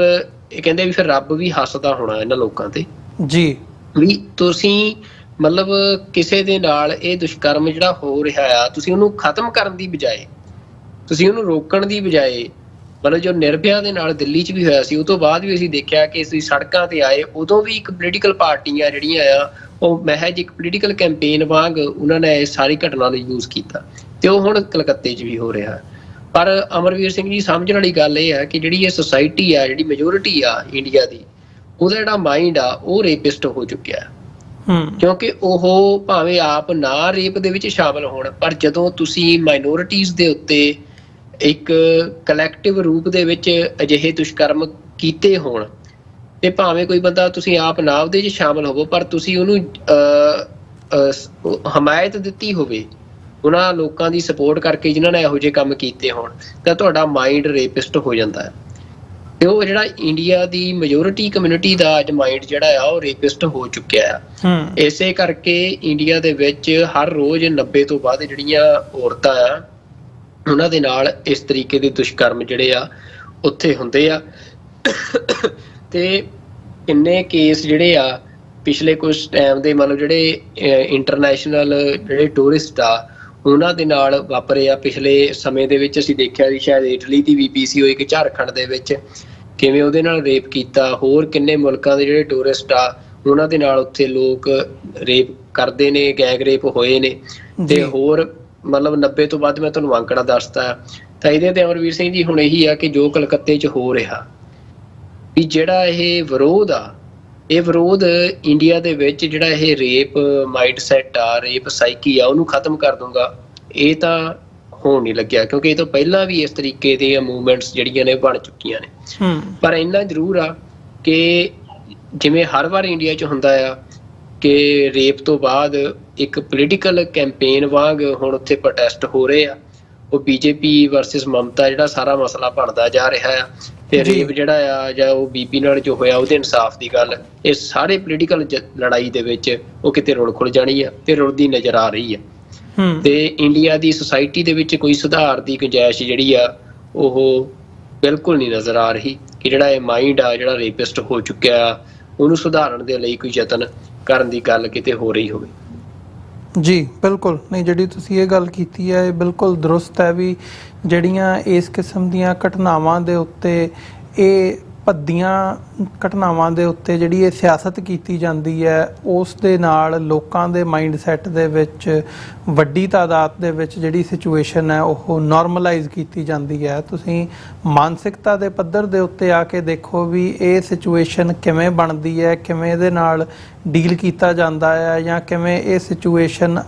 ਅੱਗੇ ਵੱਧ ਕੇ ਕਿਉਂ ਰੁਕਦੀ, ਇਹ ਘਟਨਾਵਾਂ ਕਿਉਂ ਨਹੀਂ ਰੁਕਦੀਆਂ। ਫਿਰ ਤੁਹਾਨੂੰ ਆ ਕੇ ਸਮਝ ਲੱਗਦੀ ਹੈ ਕਿ ਭਾਈ ਇਹਦੀ ਜੜ ਕਿੱਥੇ ਪਈ ਹੈ। ਸੋ ਇਹ ਅਸੀਂ ਦੇਖਦੇ ਹਾਂ ਅੱਜ ਦੇ ਸਾਡੇ ਜਿਹੜਾ ਸ਼ੋਅ ਦਾ ਸਮਾਂ ਆ ਉਹ ਸਮਾਪਤੀ ਦੇ ਵੱਲ ਨੂੰ ਜਾ ਰਿਹਾ ਹੈ। ਤੇ ਜਾਂਦੇ ਜਾਂਦੇ ਮੈਂ ਜਿਹੜੇ ਦਰਸ਼ਕ ਵਿਊਅਰ ਸਾਡੇ ਨਾਲ ਇਸ ਵਕਤ ਜੁੜੇ ਹੋਏ ਆ, ਮੈਂ ਤੁਹਾਡੇ ਲਈ ਬੇਨਤੀ ਵੀ ਕਰਦਾ ਕਿ ਤੁਸੀਂ ਇਸ ਪਲੇਟਫਾਰਮ ਨੂੰ ਚੱਲਦਾ ਰੱਖਣ ਦੇ ਲਈ, ਅੱਗੇ ਵਧਾਉਣ ਦੇ ਲਈ ਸਾਡੀ ਸਹਾਇਤਾ ਕਰੋ। ਜਿੱਥੇ ਤੁਹਾਡੇ ਸੁਝਾਅ ਸਾਡੇ ਲਈ ਜ਼ਰੂਰੀ ਨੇ ਉੱਥੇ ਤੁਸੀਂ ਸਾਨੂੰ ਡੋਨੇਟ ਕਰ ਸਕਦੇ ਹੋ। ਸਾਡੀ ਵੈਬਸਾਈਟ ਦੇ ਉੱਤੇ ਜਾ ਕੇ www.tv84.tv ਤੇ ਸਾਨੂੰ ਚੈੱਕ ਰਾਹੀਂ ਡੋਨੇਸ਼ਨਸ ਤੁਸੀਂ ਭੇਜ ਸਕਦੇ ਹੋ। TV84 ਦੇ ਨਾਂ ਦਾ ਚੈੱਕ ਬਣਾ ਕੇ ਤੁਸੀਂ ਸਾਨੂੰ ਸਾਡੇ ਐਡਰੈਸ ਦੇ ਉੱਤੇ ਮੇਲ ਕਰ ਸਕਦੇ ਹੋ 3601 37th ਐਵਨਿਊ ਲੌਂਗ ਆਈਲੈਂਡ ਸਿਟੀ ਨਿਊਯਾਰਕ। ਸਾਨੂੰ ਸਾਡੇ ਫੋਨ ਨੰਬਰ ਰਾਹੀਂ ਵੀ ਤੁਸੀਂ ਅਪਰੋਚ ਕਰ ਸਕਦੇ ਹੋ ਕਿਸੇ ਕਿਸਮ ਦਾ ਤੁਹਾਡੇ ਮਨ ਦੇ ਵਿੱਚ ਸਵਾਲ ਹੋਵੇ, ਸੁਝਾਅ ਹੋਵੇ ਜਾਂ ਡੋਨੇਸ਼ਨਸ ਦੇ ਲਈ ਕੋਈ ਇਨਕੁਆਇਰੀ ਹੋਵੇ 5166191984 ਇਸ ਨੰਬਰ ਤੇ ਤੁਸੀਂ ਸਾਨੂੰ ਡਾਇਰੈਕਟ ਪਹੁੰਚ ਕਰ ਸਕਦੇ ਹੋ ਜਾਂ ਫਿਰ ਸੋਸ਼ਲ ਮੀਡੀਆ ਰਾਹੀਂ ਜਾਂ WhatsApp ਰਾਹੀਂ ਸਾਡੇ ਤੱਕ ਪਹੁੰਚ ਕਰ ਸਕਦੇ ਹੋ। ਇਨ੍ਹਾਂ ਹੀ ਸ਼ਬਦਾਂ ਦੇ ਨਾਲ ਅੱਜ ਦੇ ਸ਼ੋਅ ਦੇ ਵਿੱਚ ਸਾਡੇ ਵਿਊਅਰਸ ਕੋਲੋਂ ਇੱਥੇ ਹੀ ਇਜਾਜ਼ਤ ਚਾਹਾਂਗੇ। ਸੁਖਵਿੰਦਰ ਸਿੰਘ ਜੀ, ਫਤਿਹ ਦੀ ਸਾਂਝ ਪਾਈਏ ਅੰਤ ਦੇ ਵਿੱਚ। ਵਾਹਿਗੁਰੂ ਜੀ ਕਾ ਖਾਲਸਾ, ਵਾਹਿਗੁਰੂ ਜੀ ਕੀ ਫਤਿਹ ਜੀ। ਵਾਹਿਗੁਰੂ ਜੀ ਕਾ ਖਾਲਸਾ, ਵਾਹਿਗੁਰੂ ਜੀ ਕੀ ਫਤਿਹ।